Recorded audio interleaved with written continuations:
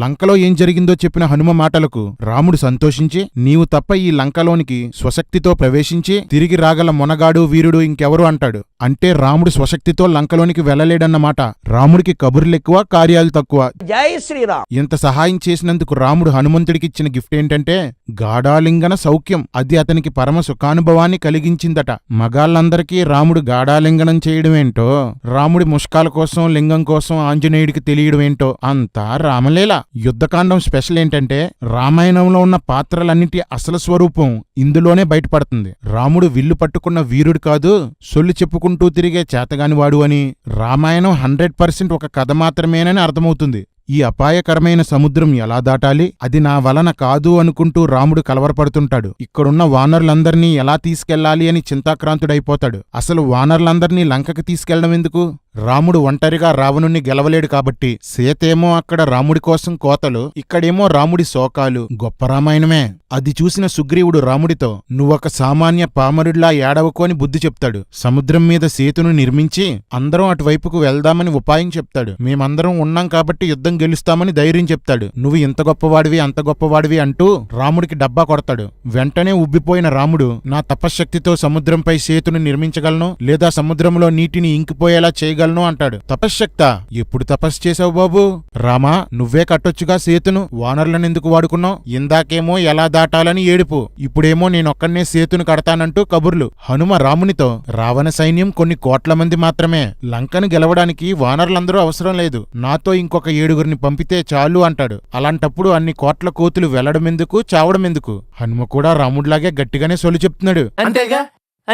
ప్రాణాపాయ స్థితిలో ఉన్న సీత జాడ తెలిసింది. సహాయం చేయడానికి కోట్ల మంది వానరులు తన పక్కనున్నారు. వెంటనే రాముడు యుద్ధానికి బయలుదేరతాడనుకున్నాను. కానీ రాముడు మంచి ముహూర్తం చూసి, శకునాలు చూసి యుద్ధానికి బయలుదేరతాడు. రామా, నువ్వు శ్రీరాముడు కాదు, చాదస్తరాముడివి. జై శ్రీరామ్. రాముడు పెట్టిన ముహూర్తానికి 10,000 కోట్ల వానరులతో రాముడు బయలుదేరి మదించిన ఆబోతుల్లా పదండి అంటూ రెచ్చగొడతాడు. ఆంజనేయుడి భుజాల మీద రాముడు, అంగదుడి భుజాల మీద లక్ష్మణుడు కూర్చొని బయలుదేరతారు. కోతులు గర్జిస్తూ దారిలో పళ్ళు తింటూ నదులు సరస్సులు దాటారు. దారి పొడుగునా ఉన్న కొండల్ని పాడు చేస్తూ చెట్లను విరుస్తూ బయలుదేరారు. రే ఎర్రికొక్కలో, మా దేవుడు దారిలో ఏ చెట్టుని పాడు చేయకూడదని చెప్పాడురా. మీ శాడిస్టు రాముడు కోతుల్ని రెచ్చగొట్టి దగ్గరుండి మరీ చెట్లను విరగొట్టిస్తున్నాడు. వీరు సహ్యాద్రి చేరి దాని మీదుగా వెళ్లారు. ముమ్మాటికి వింధ్యా పర్వతాల అవతల నుండి మహారాష్ట్ర మీదుగా, కేరళ మీదుగా తమిళనాడు సముద్రం ఒడ్డుకు చేరారు. కిష్కింద కర్ణాటకలో ఉన్న హంపి దగ్గర ఉందని అబద్ధం చెప్పి హంపీని ఓ పుణ్యక్షేత్రం చేశారు. చరిత్ర ఆధారాలు చూడకపోయినా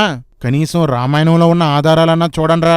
10 యోజనాల మేర మొత్తం రామసైన్యమంతా కిక్కిరిసిందట. ఒరేయ్ బొక్కలో లెక్కలు తీరా.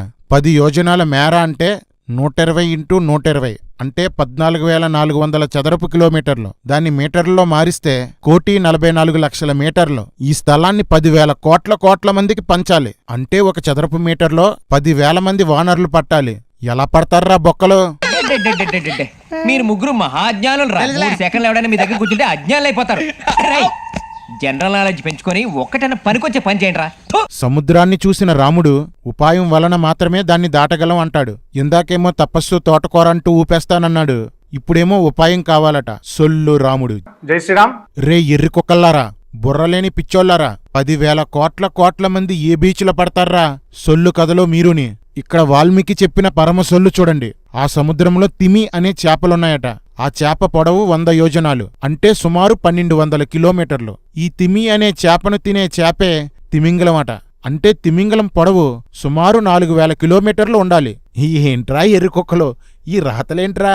అతిపెద్ద తిమింగలపు అస్థిపంజరం 30 మీటర్లు. వాల్మీకి 4 లక్షల మీటర్లు అంటున్నాడు. ఒరే మతోన్మాదులందరికీ ఓ ఛాలెంజ్ రా. ఈ 4,000 కిలోమీటర్లు పొడవున్న తిమింగలపు అస్థిపంజరం పట్టుకుంటారండ్రా. చెప్పారులేరా సొల్లు పురాణం. దాని పేరే రామాయణం. జై శ్రీరామ్. వానర్లంతా సేతును ఎలా కట్టాలి, ముందుకు ఎలా వెళ్ళాలి అని ఆలోచించుకుంటూ ఉంటారు. అంతలో రాముడు దూరం నుంచి లంకను చూస్తాడు. సీత గుర్తుకు వచ్చింది. రాముడికి కామం పెరిగిపోయింది. అప్పుడు లక్ష్మణుణ్ణి పక్కకు తీసుకెళ్లి, నా విరహాగ్నికి సీత యొక్క ఎడబాటే ఇంధనం, ఆమెను స్మరించుటయే అగ్నిజ్వాల. అట్టి ఆ కామాగ్ని నన్ను అహర్నిశలు కాల్చివేస్తుంది. ఓ లక్ష్మణ, నువ్వు ఇక్కడే ఉండు, నేను సముద్రంలోనికి దిగి నా కామవేడి చల్లార్చుకుంటాను అంటాడు. కామాగ్ని తగ్గించుకోవడానికి నీటిలోనికి దిగడం ఎందుకు రామా? కోరికల్ని కంట్రోల్ చేసుకోవటం నా వల్ల కాదురా, బాడీ బ్లో అట్లా రగిలిపోతుంది. తమ్ముడితో రాముడు యుద్ధం గెలిచేశాక సర్వాంగ సుందరి అయిన సీత యొక్క దొండపండు వంటి పెదవులు గల ఆమె ముఖాన్ని కొంచెం పైకెత్తి ఆ పెదవుల అమృతాన్ని జుర్రి దివ్య ఔషధంలా ఎప్పుడు తాగేస్తానో, చక్కని స్తన సౌభాగ్యం గల ఆమెని కౌగిలించుకొని ఆ స్పర్శని ఎప్పుడు పొందుతానో అంటాడు. వానరులంతా రావణుడితో చేయాల్సిన యుద్ధం కోసం ఆలోచిస్తుంటే రాముడు మాత్రం సీతతో చేసే సమరం కోసం ఆరాటపడుతున్నాడు. ఊరై కర్రీ, నిగ్రహం లేని మీ రాముడికి అంత పెద్ద విగ్రహం ఎందుకురా? ఒరే ఎర్రిబరెల్లారా, ఏ అన్నైనా తమ్ముడితో తల్లిలాంటి వదిన కోసం పెదాల రసం తాగాలి, ఆమెకు పెద్ద పెద్ద స్థానాలు ఉంటాయి అంటాడా? సంవత్సరాల తరబడి భార్యకు దూరమైన లక్ష్మణుడు బానే ఉన్నాడు, రాముడికి మాత్రం ఆగట్లేదు. మీ రాముడు ధర్మరాముడు కాదు, రాముడు. నాకు నరాల్లో ఒళ్ళంతా దోలే. జై శ్రీరామ్. లంకలో ఉన్న రావణునికి వానర సైన్యం కోసం సమాచారం తెలుస్తుంది. రాముడు సామాన్యుడు కాదు అని భయపడతాడు. రాముడితో యుద్ధం గెలవగలనా అంటూ రావణుడు కంగారు పడుతుంటే ఇతర రాక్షసులు ధైర్యపరుస్తారు. రాముడు కూడా అంతే కదా, యుద్ధంలో గెలవలేనేమో అని భయపడుతుంటే వానరులు ధైర్యపరుస్తారు. ఇక హీరోకి విలన్కి తేడా ఏముంది? రావణుడి తమ్ముడైన విభీషణుడు వచ్చి రాముడు సామాన్యుడు కాదు, కామక్రోధాలను జయించినవాడు అని చెప్తాడు. రామాయణాన్ని నిజమని నమ్మేవాళ్లే ఎర్రిపప్పలనుకున్నాను. రామాయణం నిండా ఎర్రిపప్పలే. అక్కడ రాముడు కాముడై విలవిలలాడుతుంటే కామక్రోధాలు జయించినవాడంటున్నాడు. రామా, నువ్వు సీతారాముడు కాదు, సెగలరాముడివి. జై శ్రీరామ్. విభీషణుడు రావణుడితో సీతని రాముడికి అప్పగించేయ్, లేదంటే ప్రమాదమని హెచ్చరిస్తాడు. కాని రావణుడు కోపంతో విభీషణుడిని అక్కడి నుండి పొమ్మంటాడు. వెంటనే విభీషణుడు రావణుడి మీద కోపంతో గాల్లో ఎగిరి రాముడి దగ్గరకు వస్తాడు. హనుమంతుణ్ణి సుగ్రీవుడు ఓ పొగిడితే అప్పుడు లంకకి వెళ్ళగలిగాడు. కాని విభీషణుడు క్షణంలో వచ్చేశాడు. సుగ్రీవునితో నేను మీతో చేతులు కలుపుతాను అంటాడు. ఈ తేడాయనంలో అందరూ తేడానే. సుగ్రీవుడు వెళ్లి రాముడితో ఇతడు గూఢచారుగా వచ్చి ఉంటాడు, నమ్మొద్దు అంటాడు. రాముడు సరే అంటాడు. మీ సలహాలేంటి అని వానరులను అడుగుతాడు. వానరులు రామునితో ముల్లోకాల్లో నీకు తెలియనిది ఏముంటుంది అంటారు. మరి సీతెక్కడుందో ఎందుకు తెలియలేదు భయ్యా? చెప్పారులేరా సొల్లు పురాణం, దాని పేరే రామాయణం. జై శ్రీరామ్. శాకాహార మృగమైన హనుమ వచ్చి అతని మాట తీరు, ముఖ కవలికలు బట్టి అతడు మోసగాడు కాదు అంటాడు. కోతికి తెలిసిన విషయం కోదండరాముడికి తెలియలేదు. ఎంత గొప్ప రాముడో ఎర్రిరాముడు. అందుకు రాముడు విభీషణుడికి ఆశ్రయం ఇద్దాం, ఒకవేళ మోసగాడైనా పర్వాలేదు, సత్పురుషులు దోషులకు ఆశ్రయమిచ్చుట తప్పు కాదు అంటాడు. రే ఎర్రిబత్తాయిలు, నా క్వశ్చన్ ఏంటంటే ఇక్కడ సత్పురుషులు ఎవరు? రాముడితో సహా అందరూ తేడానే కదా. దోషులకు ఆశ్రయమిస్తే తప్పు కాదన్నావు కదా, అదే పని ఇప్పుడు చేశావనుకో, అంటే నేరస్తుల్ని ఇంట్లో పెట్టి దాచావనుకో జైల్లో వేసేస్తారు. ఇక్కడ కాబట్టి ఆగకపోతే సముద్రంలో దిగి చల్లార్చుకున్నాం. జైల్లో అనుకో కన్నాలేసుకు బతకాల్సి వస్తుందిరా. అంటే భరతుడు అడవిలో ఉన్న రాముణ్ణి కలిసినప్పుడు అందర్నీ నమ్మయ్యకు, గూఢచారులను గుర్తుపట్టు, రాజ్యం ఎలా పాలిస్తున్నావంటూ కబుర్లు చెప్పాడు. అక్కడ అది ధర్మమట, ఇక్కడైతే దోషులకి ఆశ్రయం ఇవ్వొచ్చట. Clarity miss అయిందబ్బా. సుగ్రీవుడు రామా, ఇతని వల్ల మనకేదైనా ప్రమాదం వస్తేనో అని అడుగుతాడు. అందుకు రాముడు నన్ను ఎవరూ ఏం చెయ్యలేరు, నేను తలుచుకుంటే ఈ లోకంలో గల పిశాచాలు, యక్షులు, దానవులు, రాక్షసులను కొన గూటితో చంపగలను అంటాడు. తలుచుకోరామా, ఎందుకు కోట్ల మంది వానర్లు? తలుచుకో. వెనకటికి నీలాంటోడే వంగలేక మంగళవారం అన్నాడట. అసలు సామెత తెలుసు కదా గాయస్. చాలా అందంగా ఉన్నావు. ఎంత అందంగా ఉండి ఏం లాభంలేండి, ప్రతిరోజు మీకు మంగళవారమే కదా. ఎవడేం లేదు. విభీషణుడు రావణుడి రహస్యాలన్నీ చెప్పి అతన్ని చంపడానికి సహాయపడతాను అంటాడు. వెంటనే రాముడు నేను రావణుణ్ణి చంపి నిన్ను లంకపై రాజుగా చేస్తాను అని చెప్పి సముద్రం నీరు తెప్పించి పట్టాభిషేకం చేసేస్తాడు. ఎవడి స్వార్థం కోసం వాడు, ఎవడి రాజ్యం కోసం వాడు ఆడే నాటకమే ఈ రామాయణం. ఇంకా యుద్ధం గెలవకుండానే పట్టాభిషేకం. అలా పక్కన పడుంటాడని చూశారా రాముని నక్కజిత్తులు? సముద్రాన్ని దాటడానికి ఏం చేస్తే బాగుంటుందని రాముడు విభీషణుణ్ణి అడుగుతాడు. సముద్రాన్ని వేడుకుంటే సముద్రుడు సహాయం చేస్తాడు.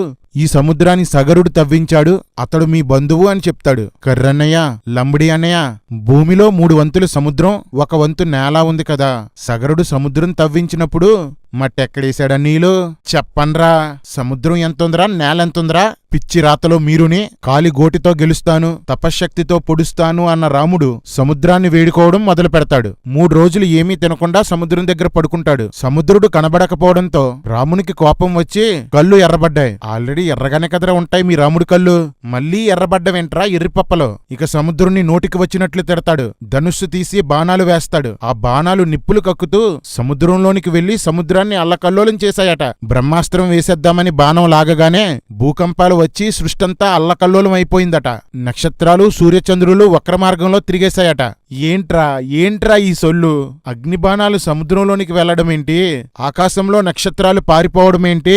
అంత శక్తి ఉన్నవాడు ఇంతమంది వానరులతో యుద్ధానికి బయలుదేరడమేంటి? బ్రహ్మాస్త్రానికి భయపడిన సముద్రుడు మీరు నా మీద సేతు కట్టుకోండి, నేను దాన్ని భరిస్తాను అంటాడు. చాగంటి గరికపాటి నాదొక ప్రశ్న. సగరుడు తవ్వించినందుకు సముద్రానికి సాగరమని పేరు వచ్చింది. అంటే సగరుడు తవ్వించకముందు ఆ సముద్రం లేదు. సముద్రం లేదు అంటే సముద్రుడు లేడు. సగరుడు సముద్రాన్ని తవ్వించినప్పుడు సముద్రం రావాలిగానే సముద్రుడు ఎక్కడి నుండి వచ్చాడు? ఇలాగే కదరా దేవుళ్ళని సృష్టించారు. మా దేశస్థుల్ని అజ్ఞానుల్ని చేసి ప్రతిదానికి మొక్కేలా చేశారు. అమ్మా గంగారాం తల్లి, తల్లి అమ్మ తల్లి, నువ్వే మాకు దిక్కు తల్లి, మా కోరికలు నెరవేర్చు తల్లి. ఎవరయ్యా నీకు ఇది అమ్మవారి విగ్రహం చెప్పింది? కండవారా ఇది మా ఇల్లు చూడండి, 100 కిలోమీటర్లు వెళితే మైసూరు వస్తుంది. ఇంకో 100 ఏళ్ళు గడిచినా మీకు జ్ఞానోదయం రాదు. వంతెన ప్రారంభిస్తారు. ఇక్కడి నుండి కామెడీ చూడండి. 100 యోజనాల పొడవు ఉన్న 2 దారాలను ఈ చివరి నుండి ఆ చివరకు పట్టుకున్నారట. వెడల్పు 10 యోజనాలట. అంటే సేతు పొడవు 1200 కిలోమీటర్లు, వెడల్పు 120 కిలోమీటర్లు. ఒరే ఎర్రి కుక్కలో, ఆంజనేయుడు తప్ప ఎవరూ 100 యోజనాలు ఎగరలేరని రాశారు కదా. మరి అటుపక్కన దారాలు పట్టుకున్న ఇద్దరు ఎవర్రా? అంత పెద్ద దారాలు ఎక్కడి నుండి తెచ్చారా? హనుమాన్ దళ్ వాళ్ళిచ్చారా? RSS వాళ్ళిచ్చారా? ఒరే పిచ్చికుక్కలో, భారతదేశానికి శ్రీలంకకి మధ్య దూరం 30 కిలోమీటర్లరా. 1200 కిలోమీటర్ల సేతెందుకురా? ఎక్కడికి వెళ్ళడానికి? ఒరే బురద పందుల్లారా, వానరులు వేసిన రాళ్లను మునిగిపోకుండా సముద్రుడు భరిస్తానన్నాడు కదా. అలాంటప్పుడు వంతెనేందుకురా? వానరులు నడుచుకుంటూ పోవచ్చు కదా. వంతెన ఎలా కట్టారంటే కొండచర్యలు, చెట్లు తెచ్చి మొదటి రోజు 168 కిలోమీటర్ల వంతెన కట్టారట. రెండవ రోజు 240 కిలోమీటర్లు, మూడవ రోజు 252 కిలోమీటర్లు, నాలుగవ రోజు 264 కిలోమీటర్లు, ఐదవ రోజు 276 కిలోమీటర్ల వంతెన కట్టారట. వంతెన పూర్తయ్యాక దానిమీద వెళ్లడానికి కూడా రాముడు శకునాలు చూసుకుంటాడు. కాకులు కూసాయి, నక్కలు అరిచాయి, కుడికన్ను అదిరింది అంటూ ప్రతిదీ శకునమే. రామా, నువ్వు సుగుణాల రాముడు కాదు, శకునాల రాముడివి. వంతెన మీద అందరూ నడుస్తుంటే వారితో పాటు సనాదనుడు అనే 4 కాళ్ల వానరుడు నడుస్తున్నాడట. అతని ఎత్తు 12 కిలోమీటర్లట. మన మేఘాల యొక్క గరిష్ట ఎత్తు 8 కిలోమీటర్లు. అంటే అతడు మేఘాల కన్నా 4 కిలోమీటర్లు ఎత్తుంటాడన్నమాట. సొల్లు చెప్పొచ్చురా, మరీ ఇంత దారుణంగా చెప్పకూడదురా రే. చిన్నపిల్లలు కూడా నమ్మర్రా మీ సొల్లుని.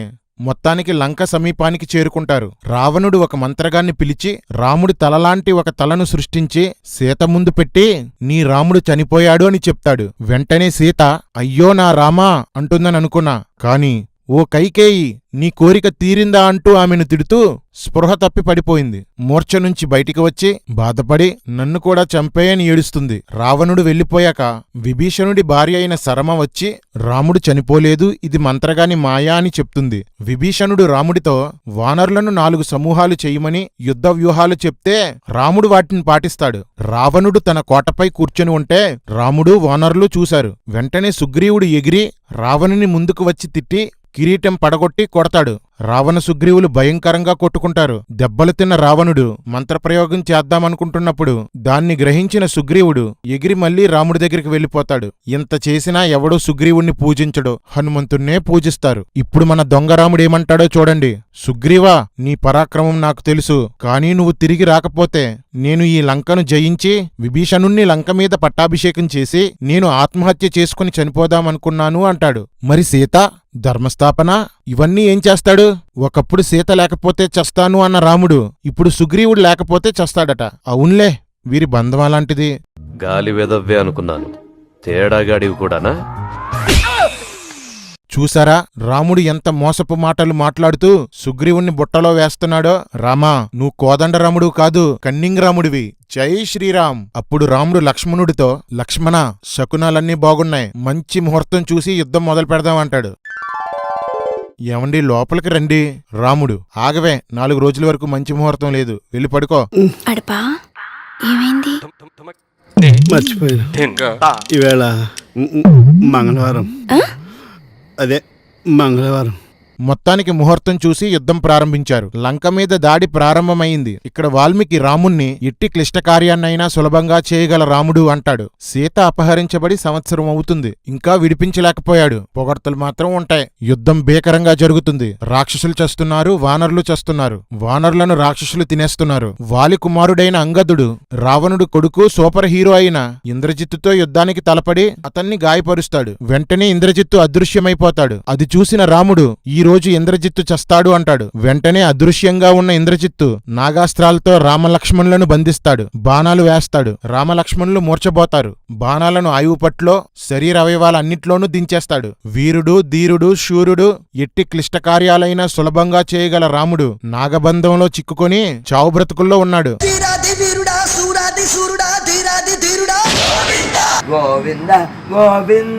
వాల్మీకి ఇక్కడ కపట యుద్ధం, మాయ యుద్ధం చేసి కనబడకుండా బాణాలు వేశాడు అని రాశాడు. రాముడు చాటు నుండి బాణం వేసి వాలిని చంపితే దాన్ని శూరత్వం అని రాశాడు. రాముడు వరం పొంది ఒకేసారి 1000 బాణాలు వేస్తే అది వీరత్వం.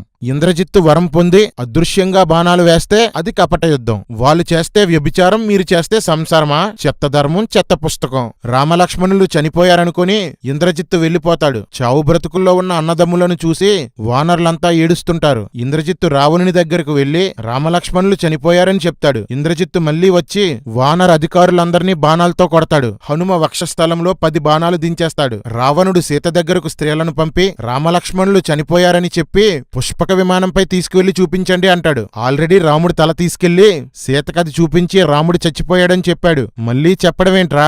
రాముడు బ్రతికే ఉన్నాడని సీతకు తెలిసిన విషయం రావణుడికి తెలియదు కదా. రామాయణం కథ కాబట్టి ఫ్లోలో రాసుకుంటూ పోయాడు. రాక్షస స్త్రీలు సీతకు విషయం చెప్పి పుష్పక విమానం మీద తీసుకువెళ్లి రామలక్ష్మణులను చూపిస్తే అయ్యో నా రామా అని ఏడుస్తుందనుకున్నాను. కాని నా చేతి గీతలు, నా కాలి గీతలు, నా జాతకం చూసిన వారు నేను భర్తతో కలకాలం ఉంటానని, పట్టపురాణిని అవుతానని చెప్పారు. వారి మాటలన్నీ అబద్ధాలేనని జాతకం చూసిన వారిని తిడుతుంది. నా పిక్కలు గుండ్రంగా ఉన్నాయి, వాటిపై వెంట్రుకలు లేవు. నా చేతులు, పాదాలు, తొడలు పుష్టిగా ఉన్నాయి. నా స్తనాలు సుందరములు, నా చనుమనలు గంభీరములు, నా బొడ్డు లోతైనది, వక్షస్థలం బాగా పెద్దగా పుష్టిగా ఉంది. ఇట్టి నా లక్షణాలన్నీ శుభకరములని జాతకం చూసిన వారు చెప్పారు అంటుంది. ఒరే సిగ్గు లజ్జాలేని కుక్కలారా, మీ సీతాదేవి తన బొడ్డు కోసం, తన స్తనాల కోసం, కుచముల కోసం చెప్తుంది. విని సొల్లు కార్చుకోండ్రా సొల్లుగాల్లారా. రే లలితులంబుడే, జాతకం చూసేవారికి పుట్టిన తేదీ ఇవ్వడం చూసాం, చెయ్యి చూపించడం చూసాం. మీ సీతాదేవి స్తనాలు, కుచములు, బొడ్డు, తొడలు చూపించుకుని జాతకం చెప్పించుకుందా? చనుమునలు పెద్దగా ఉన్నాయో చిన్నగా ఉన్నాయో జాతకం చెప్పేవాడు ముట్టుకొని చూసాడా, పట్టుకొని చూసాడా? ఒరే లలితులంబుడే, మీ వాల్మీకి 100 వయగ్రాలు మింగి రామాయణం రాశాడ్రా. సీతకి పెళ్లి కాకముందు జాతకాలు చూశారు అని చెప్పింది. సీతకి 6వ సంవత్సరంలో పెళ్లయింది. 6 సంవత్సరాలకే పెద్ద పెద్ద వక్షోజాలు, గంభీర కుచాలు, లోతుబొడ్డు వచ్చేసాయిరా మీ సీతకి. బూతు కవులు, బూతు కథలు, బూతు భక్తులు. ఇప్పటికైనా తెలుసుకోండ్రా, ఈ పురాణాలు, ఇతిహాసాలు, రతిహాసాలు అన్నీ బాపనోడు బ్రతకడానికి, మన నెత్తిమీదెక్కి తొక్కడానికి రాసుకున్నాడని. ఒక స్త్రీని ఇంత దరిద్రంగా వర్ణిస్తారా? మీ రామాయణాన్ని ఎన్ని బూతులు తిట్టినా తక్కువేరా. ఛీ! నా కొడుకులా ఉన్నాడే వీడు. ఈసారైనా రాముడి కోసం ఏడుస్తుందనుకుంటే రాముడు చనిపోయాడని నాకు చింత లేదు. ఈ విషయం తెలిస్తే కౌశల్య ఏమైపోతుందో అన్నదే నా బాధ అని అంటుంది. ఛీ! ఒక్కరంటే ఒక్కరు సరిగ్గా ఉండర్రా. తేడా, మొత్తం తేడా ఆయన. మీ ఇంట్లో అందరూ ఇలా వంకరగానే మాట్లాడతారా? తిన్నగా ఎవడో మాట్లాడ్డా అనుకుంటా. ఇలా ఏడుస్తుంటే త్రిజట అనే రాక్షసి, ఓ సీత, నీ భర్త చనిపోలేదు, ఎందుకంటే భర్త చనిపోయిన స్త్రీని పుష్పక విమానం తీసుకువెళ్లదు అంటుంది. ఒరే పిచ్చి వెదవల్లారా, అజ్ఞాని అయిన గరికపాటి, కీచుకంఠం చాగంటి, మీకసలు బుర్రలున్నాయా? విధవరాలను పుష్పక విమానం తీసుకెళ్లదు అని ఆ విమానాన్ని యుద్ధం చేసి సంపాదించిన రావణుడికి తెలీదా? ఏంట్రా ఈ సొల్లు రామాయణం? విధవరాల్ని పుష్పక విమానం కూడా మోయదా? ఎంత హీనోరా మీ సున్నాతన ధర్మానికి విధవరాలంటే. కొందరు విధవరాలను భర్తతో పాటు కాల్చేస్తారా? కొందరికి గుండు కొట్టి తెల్ల చీరలు కట్టి మూలను కూర్చోబెడతారా? శుభకార్యాలకు వాళ్ళను వెళ్లకుండా చేస్తారా? పొద్దున్నే వాళ్ళ ముఖం చూడకూడదా? మీలాంటి బోకుల్ని బోధకులుగా పెట్టుకున్నందుకు నా దేశ ప్రజల్ని పిచ్చోల్ని, వెర్రోల్ని చేశారా మీరు? ఆఖరికి మీరు రాసిన సొల్లు కథలో కూడా స్త్రీలను అవమానించారు, విధవరాలను హీనపరిచారు. పోతారు, మొత్తం పోతారు. త్రిజట సీతను ఓదార్చి వెనక్కి తీసుకుపోతుంది. నెమ్మదిగా వీరుడు, ధీరుడు స్పృహలోనికి వచ్చి లక్ష్మణుణ్ణి చూచి చనిపోయాడనుకుని, లక్ష్మణుడే లేకుంటే నాకు సీతెందుకు, నేను కూడా చనిపోతాను అంటాడు. ప్రతిదానికి ఆత్మహత్య చేసుకుంటానంటాడు. నేను పోతానన్నయ్య, నేను పోతాను, నాకు ఇది వద్దన్నయ్య, నేను పోతాను. రామా నువ్వు ఆత్మీయ రాముడు కాదు, ఆత్మహత్యల రాముడివి. జై శ్రీరామ్. ఇక్కడ రాముడు సీతారాముల అనుబంధం కోసం గొప్ప డైలాగ్ చెప్తాడు. లోకమంతా వెతికితే నాకు సీతలాంటి భార్య దొరకొచ్చు గాని లక్ష్మణుడు లాంటి తమ్ముడు దొరకడు అంటాడు. భార్యాభర్తల బంధం అంటే ఇదారా? సీతారాముల అనుబంధం అంటే ఇదేనా? సీత లేకున్నా పర్వాలేదట, సుగ్రీవుడు లేకపోతే చస్తాడట, లక్ష్మణుడు లేకపోతే చస్తాడట. మగాళ్ళకేమో గాఢాలింగనం ఇస్తాడు, లింగాన్ని చూపిస్తాడు. నా దేవుడు గాడ్డా గాండా అని అడిగావు కదరా? రే మాడా, ఇప్పుడు నిన్నడుగుతున్నాను, నీ దేవుడు గాడ్డా గేనా? మరి ఎవరిస్తా రెండు కాదేమో మన నిజమే. నా వలనే లక్ష్మణుడు చనిపోయాడు, నేను పాపాత్ముణ్ణి అని రాముడంటాడు. ఇంతకాలానికి నిజం తెలుసుకున్నాడన్నమాట. సుగ్రీవునితో వానరులతో రాముడు, నాకు మీరెంతో సహాయపడ్డారు, నా తమ్ముడు చనిపోయాడు, నేను కూడా చనిపోతాను, మీరు మీ ఇళ్లకు వెళ్లి హాయిగా జీవించండి అంటాడు. రాముడి కంటే నీచుడెవడు, రాముడి కంటే మూర్ఖుడెవడు?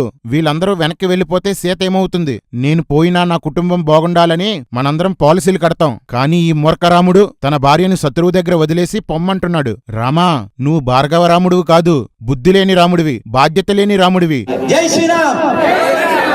విభీషణుడు బాణాలు గుచ్చబడి చావు బ్రతుకుల్లో ఉన్న రామలక్ష్మణులను చూసి ఏడ్చి ఆ ఇంద్రజిత్తుడు కపటయుద్ధం చేసిన పాపాత్ముడు, దొంగ దెబ్బతీసిన దుష్టుడు అని తిట్టాడు. రామా, వీడు నిన్ను తిడుతున్నాడా ఇంద్రజిత్తుని తిడుతున్నాడా? ఒళ్లంతా బాణాలు గుచ్చబడిన రామలక్ష్మణులను విభీషణుడు చూచి వీళ్ళేంటి ముళ్లపందుల్లా ఉన్నారు అంటాడు. ముళ్లపంది రాముడు, జై శ్రీరామ్. రామా, మాడగాడు మా యేసుప్రభు 3 మేకులు పీక్కోలేకపోయాడు అన్నాడు. రామా, బాణాలు పీక్కోమరి, నా యేసు చనిపోయి మరణాన్ని గెలిచాడు, నువ్వు కనీసం బాణాలైనా పీక్కో. విభీషణుడు ఒక మూలన కూర్చొని లంకారాజ్యంపై నేను పెట్టుకున్న ఆశలన్నీ పోయాయని ఏడుస్తాడు. అందరూ స్వార్థపరులే, రామాయణం అంతా సొల్లుగాళ్లే. సుగ్రీవుడు వచ్చి, నీ రాజ్యానికి ఇబ్బంది లేదు, నేను రావణుణ్ణి చంపి సీతను తీసుకువస్తాను, ఈలోపు రామలక్ష్మణులను కిష్కిందకు తీసుకుపోండి అంటాడు. రాముడికి లేని బుద్ధి ఈ మృగానికి ఉంది. జై శ్రీరామ్. అంతలో అక్కడ పెద్ద గాలి వీచి గరుత్మంతుడు అక్కడికి వస్తాడు. గరుత్మంతుని చూసి నాగాస్త్రాలన్నీ పారిపోయాయి. గరుత్మంతుని మహిమ తాకిడితో రామలక్ష్మణుల గాయాలన్నీ మాయమైపోయాయట. వారి బలము, జ్ఞానము, శక్తి రెట్టింపయ్యాయట. ఇది సొల్లు కాదు బాబోయ్, సొల్లు ప్రో, సొల్లు మ్యాక్స్. ఏం స్టోరీరా బాబు. ఇక్కడ హీరో ఎవరో తెలీదు, యుద్ధం ఎవరు చేస్తున్నారో తెలీదు, అందరూ మాత్రం రామలక్ష్మణులను పొగుడుతుంటారు. కర్మ, మొత్తానికి వీరులు తిరిగి లేచారు. అందరూ అండర్లైన్ చేసుకోవాల్సిన విషయం ఏంటంటే, ఇక ముందు యుద్ధం చేయబోయే రామలక్ష్మణులు తమ శక్తితో యుద్ధం చెయ్యట్లేదు, గరుత్మంతుడు ఇచ్చిన రెట్టింపు శక్తితో చేయబోతున్నారు. మన సొల్లు వీరులు తిరిగి లేచేసరికి వానరులు ఉత్సాహనాదం చేశారు. ఆ శబ్దం రావణుడికి వినిపించి, రామలక్ష్మణులు బంధింపబడి ఉన్నారు కదా, ఈ ఉత్సాహధ్వని ఏంటి అంటాడు. ఒరేయ్ మతోన్మాద పిచ్చి కుక్కల్లారా, వాళ్ళు చచ్చిపోయారు అని రావణుడికి తెలుసు, బంధింపబడ్డారు అని వాల్మీకి తెలుసు. కాని రావణుడెందుకు బంధింపబడ్డారు అంటున్నాడు? ఇది కథ కాబట్టి వాల్మీకి ఫ్లోలో రాసేశాడ్రా, తెలుసుకోన్రా ఎర్రిపిచ్చోళ్లరా. అంతలో మేఘాల్లో నుండి రక్తపు వర్షం కురిసింది. ధూమ్రాక్షుడు అనే రాక్షసుడు యుద్ధానికి వస్తున్నాడు. ఇక్కడ వాల్మీకి ఇలా రాశాడు, ఆ కపిసేన శ్రీరాముని బాహుబలం వలన సురక్షితంగా ఉండెను. రాముని వలన వానర సైన్యం సురక్షితంగా ఉందా? వానర సైన్యం వలన రాముడు సురక్షితంగా ఉన్నాడా? ఏం రాశావు వాల్మీకి? బుర్రండే రాశావా?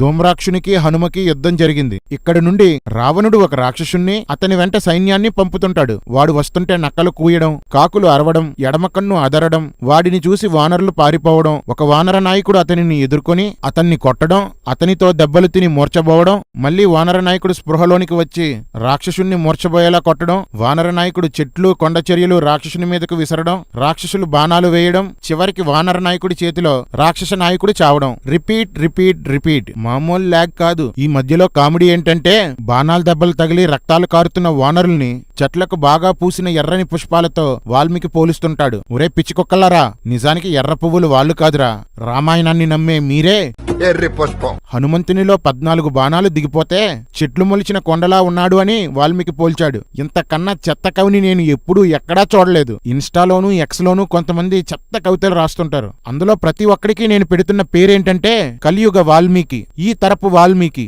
రావణుడి కొడుకులు సైన్యాధిపతులు చనిపోతుంటే ఇక నేరుగా రావణుడే యుద్ధానికి వస్తాడు. అంతవరకు రావణుణ్ణి కాటుక కొండలా ఉన్నాడు, భయంకరంగా ఉన్నాడు, నల్లకొండలా ఉన్నాడని వర్ణించారు. కాని రాముడు రావణుణ్ణి చూడగానే అతని తేజస్సుని, అందాన్ని పొగుడుతుంటాడు. ఎవరికీ అందంగా కనిపించని రావణుడు రాముడికి ఎందుకు అందంగా కనిపించాడో ఒక్కసారి నా కళ్ళతో చూడు మావా. మగాళ్లతో కౌగిళ్ళు, మగాళ్లను వర్ణించడాలు. నువ్వంటే నాకిష్టం, నీ ఎలకంటే నాకిష్టం. ఎక్కడో తేడా కొడుతుంది భయ్యా. రావణుడితో రాముడు యుద్ధానికి బయలుదేరుతుంటే లక్ష్మణుడు అన్నా నువ్వెందుకు, నేను వెళ్లి చంపుతాను అంటాడు. లేదు లేదు నేనే చంపుతాను, నువ్వు చిన్నవాడివి, నేను రావణుణ్ణి చంపుతానని ప్రతిజ్ఞ చేశాను అంటాడేమో అనుకున్నాను, కానీ అలా అనలేదు. మొదలుపెట్టు ఏ మీరు ఆడరా? కెప్టెన్ టీమ్ కు వెన్నుముకలా అంటాడు, వెనకాలే ఉంటాడు, గ్రౌండ్ లోకి రాడు. వెళ్ళు లక్ష్మణ, వాడు చాలా ప్రమాదకరమైన వాడు, తెలివిగా యుద్ధం చేయి అంటూ సొలుసలహాలిచ్చి పంపేస్తాడు. స్వార్థం పోతే రావణుడు పోతాడు, లేదా లక్ష్మణుడు పోతాడు, మనం సేఫ్, అంతే కదా రామా? హనుమ వానరులపై బాణాలు వేస్తున్న రావణుణ్ణి చూసి నా కుడి చేతితో నిన్ను కొడితే చస్తావు అంటాడు. విశాలమైన హనుమ వక్షస్థలంపై రావణుడు కొట్టగా మారుతి స్పృహ తప్పి పడిపోయాడు. అంతలో నీలుడు రావణుడితో తలపడి ఇద్దరూ కొట్టుకుంటుంటారు. అంతలో హనుమ స్పృహలోనికి వచ్చి వేరొకనితో యుద్ధం చేస్తుంటే మధ్యలోకి వెళ్ళకూడదు అని ఆగిపోతాడు. ఈ విషయం గుర్తుపెట్టుకోండి. నీలుడిని అగ్ని అస్త్రంతో రావణుడు కొడతాడు, అయినా అతడు చావడు, ఎందుకంటే అతడు అగ్నిపుత్రుడట. మామూలుగా ఇతనికి ఒక తండ్రి ఉన్నాడు, విశ్వకర్మ అని ఇంకో తండ్రి ఉన్నాడు, ఇప్పుడు మూడో తండ్రి ఎంటర్ అయ్యాడు.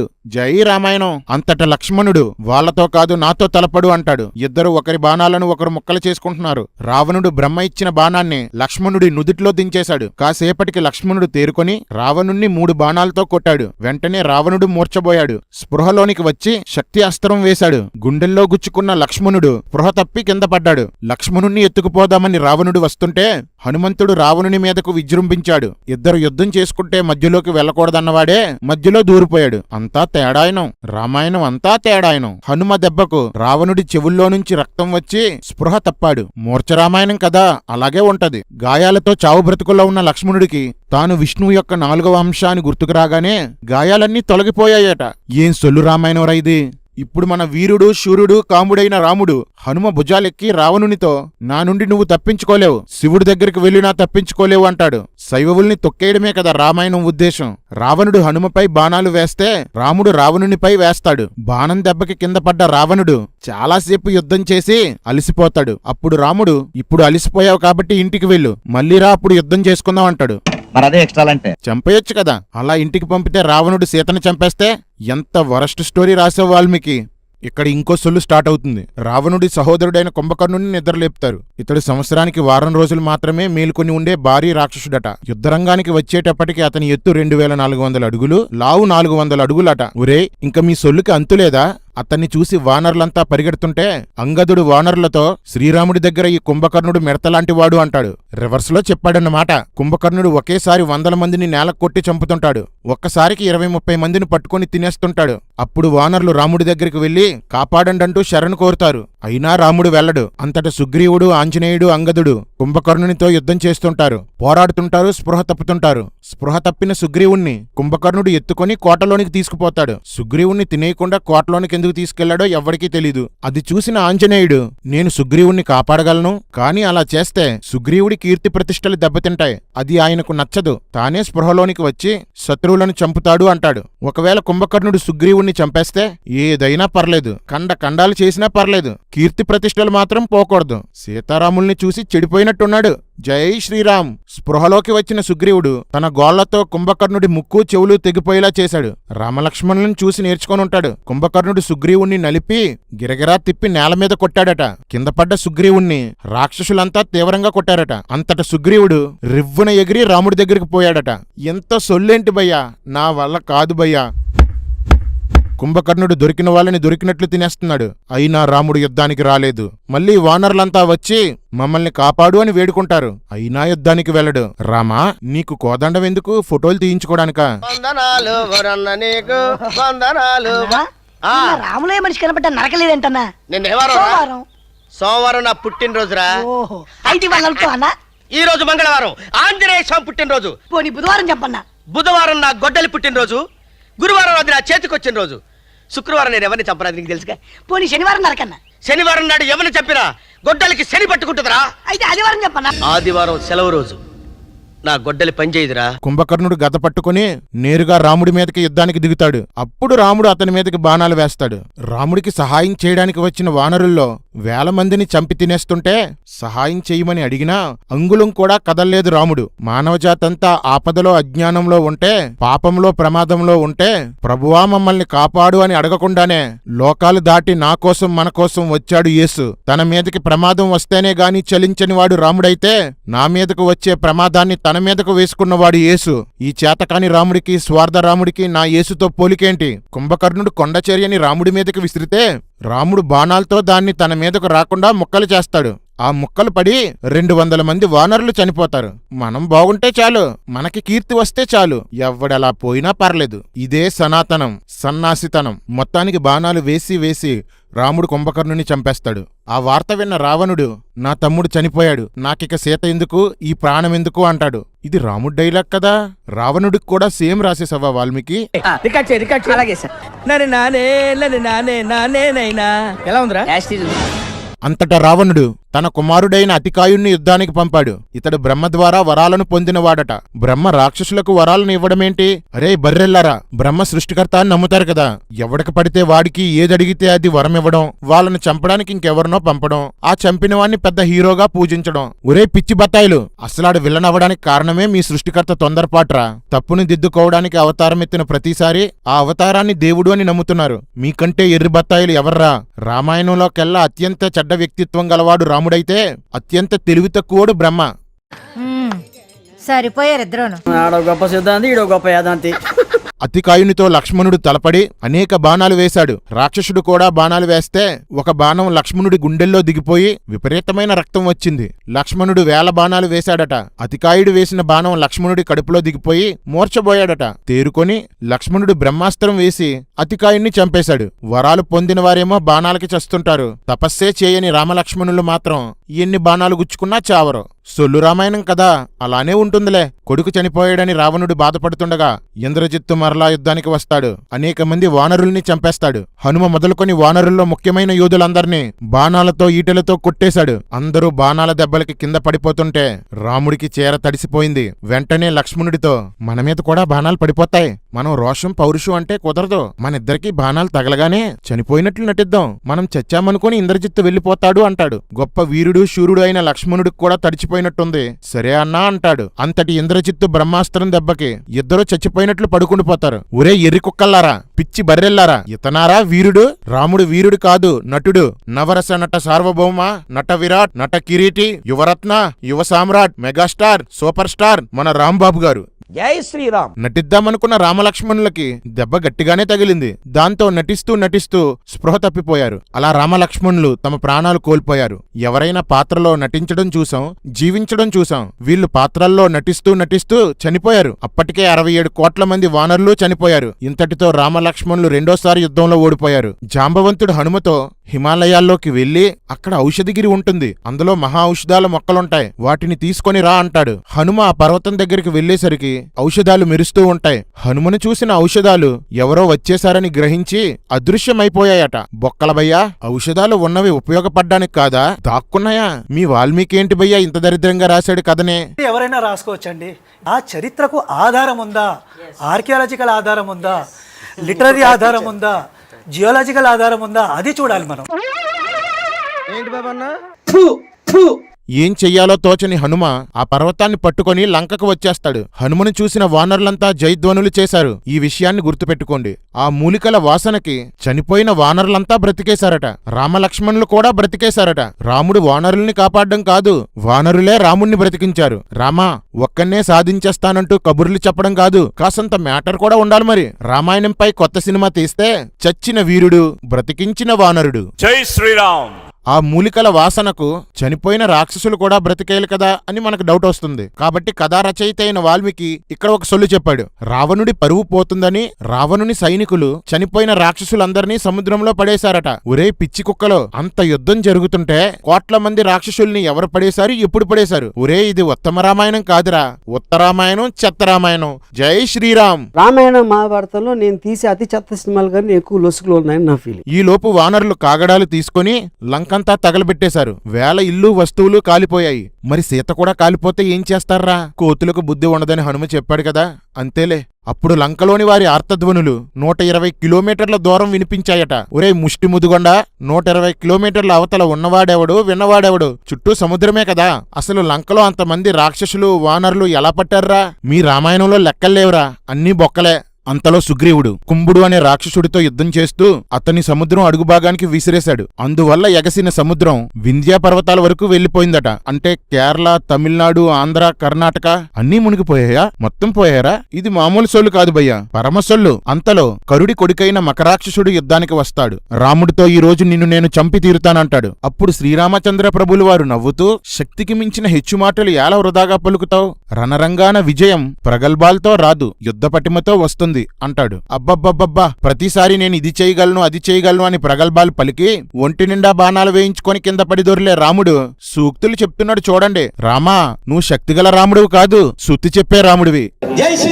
రాముడు మకరాక్షసుడు బాణాలు వేసుకుంటుంటే 4 దిక్కులు బాణాలతో నిండిపోయాయట. రాలిపోయిన బాణాలతో నేలంతా కప్పబడిపోయిందట. మొత్తానికి రాముడు మకరాక్షసుని చంపేస్తాడు. ఇంద్రజిత్తు మళ్లీ యుద్ధానికి బయలుదేరే ముందు బలులు ఇచ్చి దేవతల్ని, దానవుల్ని, అగ్నిని ప్రసన్నం చేసుకుంటాడు. ఎలాగెలగా దేవతలకి, అగ్నికి బలులిచ్చేసరికి ఇంద్రజిత్తు పార్టీలోకి చేరిపోయారా?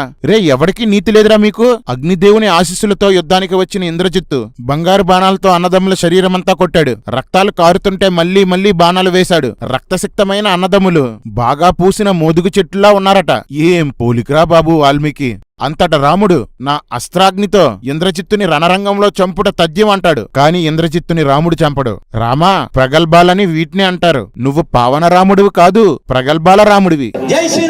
ఇంద్రజిత్తు మాయాసీతను సృష్టించి రథం మీద ఎక్కించుకొని అందరి ముందుకి తీసుకువస్తాడు. ఆమె నిజం సీత అనుకొని హనుమ ఏడుస్తాడు. మాయాసీతని ఇంద్రజిత్తు నరికి చంపేస్తాడు. హనుమ బాధతో వెళ్లి ఆ విషయాన్ని రాముడికి చెప్తాడు. విన్న రాముడు వెంటనే కింద పడిపోయాడట. ఒరే కుక్కల్లారా, ఎర్రిబత్తాయిల్లారా, మాయాలేడిని చూసి సీత ఆశపడమేంటి? ఆ మాయాలేడి వెనక రాముడు వెళ్లడమేంటి? మాయారాముణ్ణి చూసి సీత యాడ్డమేంటి? మాయాసీత కోసం రాముడు యాడ్డమేంటి? నిజానికి మాయకి తేడా తెలియని వాళ్ళు దేవులురా మీకు? మీరంత ఎర్రోళ్ళు కాబట్టే మాయాబాబాలు మిమ్మల్ని ఏల్తున్నారా పిచ్చి కుక్కల్లారా. విషం నిజంగా చాలా మంచిదండి. నాకు అర్థం కాలేదు సార్.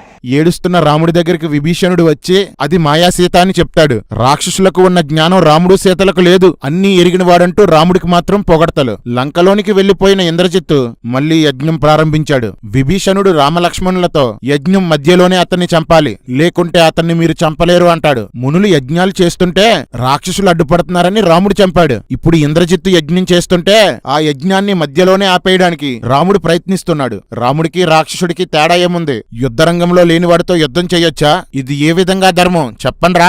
ఇంతకు ముందే ఇంద్రజిత్తుని నేను చంపుతానని చెప్పిన రాముడు సిగ్గు లేకుండా లక్ష్మణుడితో వెళ్లి ఇంద్రజిత్తుని చంపు అని చెప్తాడు. లక్ష్మణుడు యుద్ధానికి రావడంతో ఇంద్రజిత్తు మధ్యలోనే యజ్ఞాన్ని వదిలి యుద్ధానికి బయలుదేరతాడు. హనుమంతుడి భుజంపై లక్ష్మణుడు కూర్చొని యుద్ధం ప్రారంభించాడు. ఇంద్రజిత్తుతో లక్ష్మణుడు ఇక నీ పని అయిపోయింది అంటాడు. అంతలోనే ఇంద్రజిత్తు వేసిన బాణాలకి లక్ష్మణుని ఒళ్లంతా రక్తసిక్తమైపోయింది. లక్ష్మణుడు వేసిన బాణాలు ఇంద్రజిత్తుకు తగిలాయి. 7 బాణాలు లక్ష్మణుడికి, 10 బాణాలు హనుమకి. సరిపోయింది. హీరో విలన్ కొట్టుకుని కమెడీని చంపేసినట్టు నా మీద పడతారేంటి? 100 బాణాలు విభీషణుడికి ఇంద్రజిత్తు వేశాడు. ఇంకా 1000 బాణాలతో వాళ్ళను కొట్టాడట. దానితో లక్ష్మణుడి కవచం పగిలిపోయిందట. ఇద్దరూ విపరీతంగా బాణాలు వేసుకుని రక్తాలు కార్చుకుంటున్నారు. వాళ్ళ బాణాలు ఆకాశమంతా కప్పేసి ఆ ప్రాంతమంతా చీకటిగా అయిపోయిందట. ఒకరికి ఒకరు కనిపించలేదట. అసలు సిసలైన సొల్లురా ఇది. ఇద్దరి రక్తం కాలవలు కట్టిందట.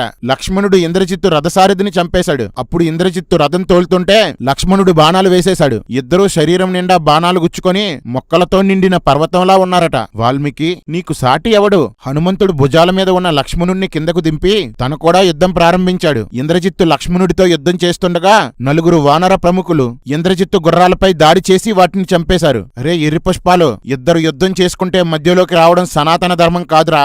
యుద్ధంలో ఓడిపోతామనే భయంతో ధర్మం తప్పుతారా? ధర్మం తప్పిన వానరుల్ని ఇప్పుడు దేవుళ్ళుగా పూజిస్తారా? మీ సున్నాతన ధర్మంలో మీతో సహా అందరూ ధర్మం ధర్మం అనడమే గాని ఎవ్వడూ దాన్ని పాటించడరా. మీరు మీ దేవుళ్లే పాటించని ధర్మం మాకెందుకురా పిచ్చికొక్కల్లారా? ఈ దరిద్రం మాకు అక్కర్లేదు. అలాంటి పరిస్థితుల్లో కూడా ఇంద్రజిత్తు రథాన్ని దిగి లక్ష్మణునితో యుద్ధం చేయడానికి పరిగెత్తుకొని వస్తాడు. ఇదిరా హీరోయిజం అంటే.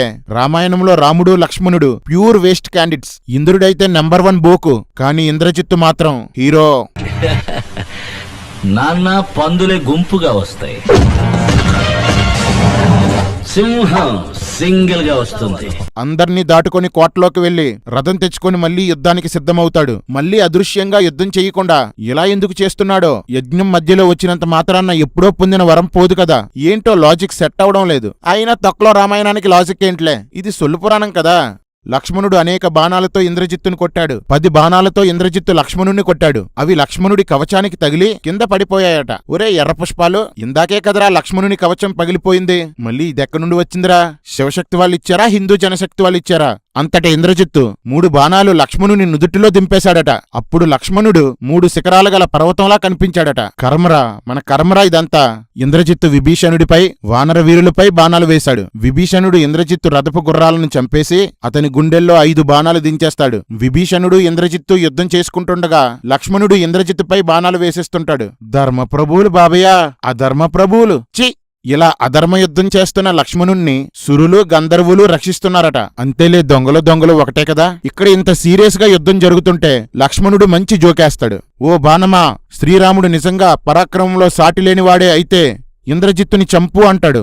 బాణం వెళ్లి ఇంద్రజిత్తు తలను ఖండిస్తుంది. ఓ పిచ్చిలచ్చా, ఆ ఇంద్రజిత్తే రాముణ్ణి 3 సార్లు బాణాలు వేసి పడుకోబెట్టాడు. బాణానికి వినపడదు కాబట్టే ఇంద్రజిత్తు చనిపోయాడు. అదే వినపడి ఉంటే మీ అన్న యుద్ధంలో సాటిలేనివాడు కాదు బాబు, కాబట్టి నేను వెళ్లి చంపను అనుండేది. మొత్తానికి 3 పగళ్ళు 3 రాత్రులు ఆగకుండా యుద్ధం చేసి లక్ష్మణుడు ఇంద్రజిత్తుని చంపేశాడు. వానరులంతా గెంతుతూ తోకలను తిప్పి తిప్పి నేలకు కొడుతూ లక్ష్మణునికి జయధ్వనులు పలికారట. అన్న, బుర్రలో బాణాలు దిగిపోయిన యుద్ధం ఎలా చేస్తారు? చేస్తారా, ఇది సొల్లు రామాయణం కదా, ఏదైనా చేస్తారు. రాముడు లక్ష్మణుణ్ణి కౌగిలించుకొని ఇంద్రజిత్తు చనిపోతే ఇక నేను గెలిచినట్లే, రావణుడు ఓడినట్టే, నా మహాబలంతో అవలీలగా వాణ్ణి చంపేస్తా అని ఆనందపడిపోతాడు. ఇంద్రజిత్తు అంత గట్టిగా పోయించాడన్నమాట రాముడికి. జై శ్రీరామ్. పోయాడా? లేదు, పోసాడు. అవలీలగా గెలుస్తానని కబుర్లు చెప్పాడు కదా, అవలీలగా గెలిచాడో ఆయాసపడుతూ గెలిచాడో తర్వాత చూద్దురుగాని.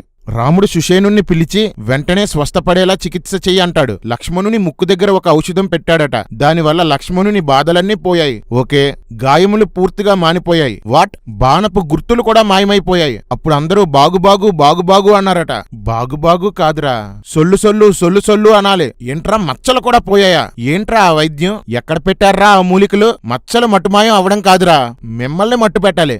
ఎదవ సొల్లు మీరుని. ఇంద్రజిత్తు చనిపోయిన వార్త విని రావణుడు, గాయస్ మూర్చబోయాడు. అశోకవనంలో ఉన్న సీత, నేను ఆ రోజే హనుమంతుడితో వెళ్లిపోతే భర్తతో ఉండేదాన్ని, బుద్ధిలేని పని చేశాను అని బాధపడుతుంది.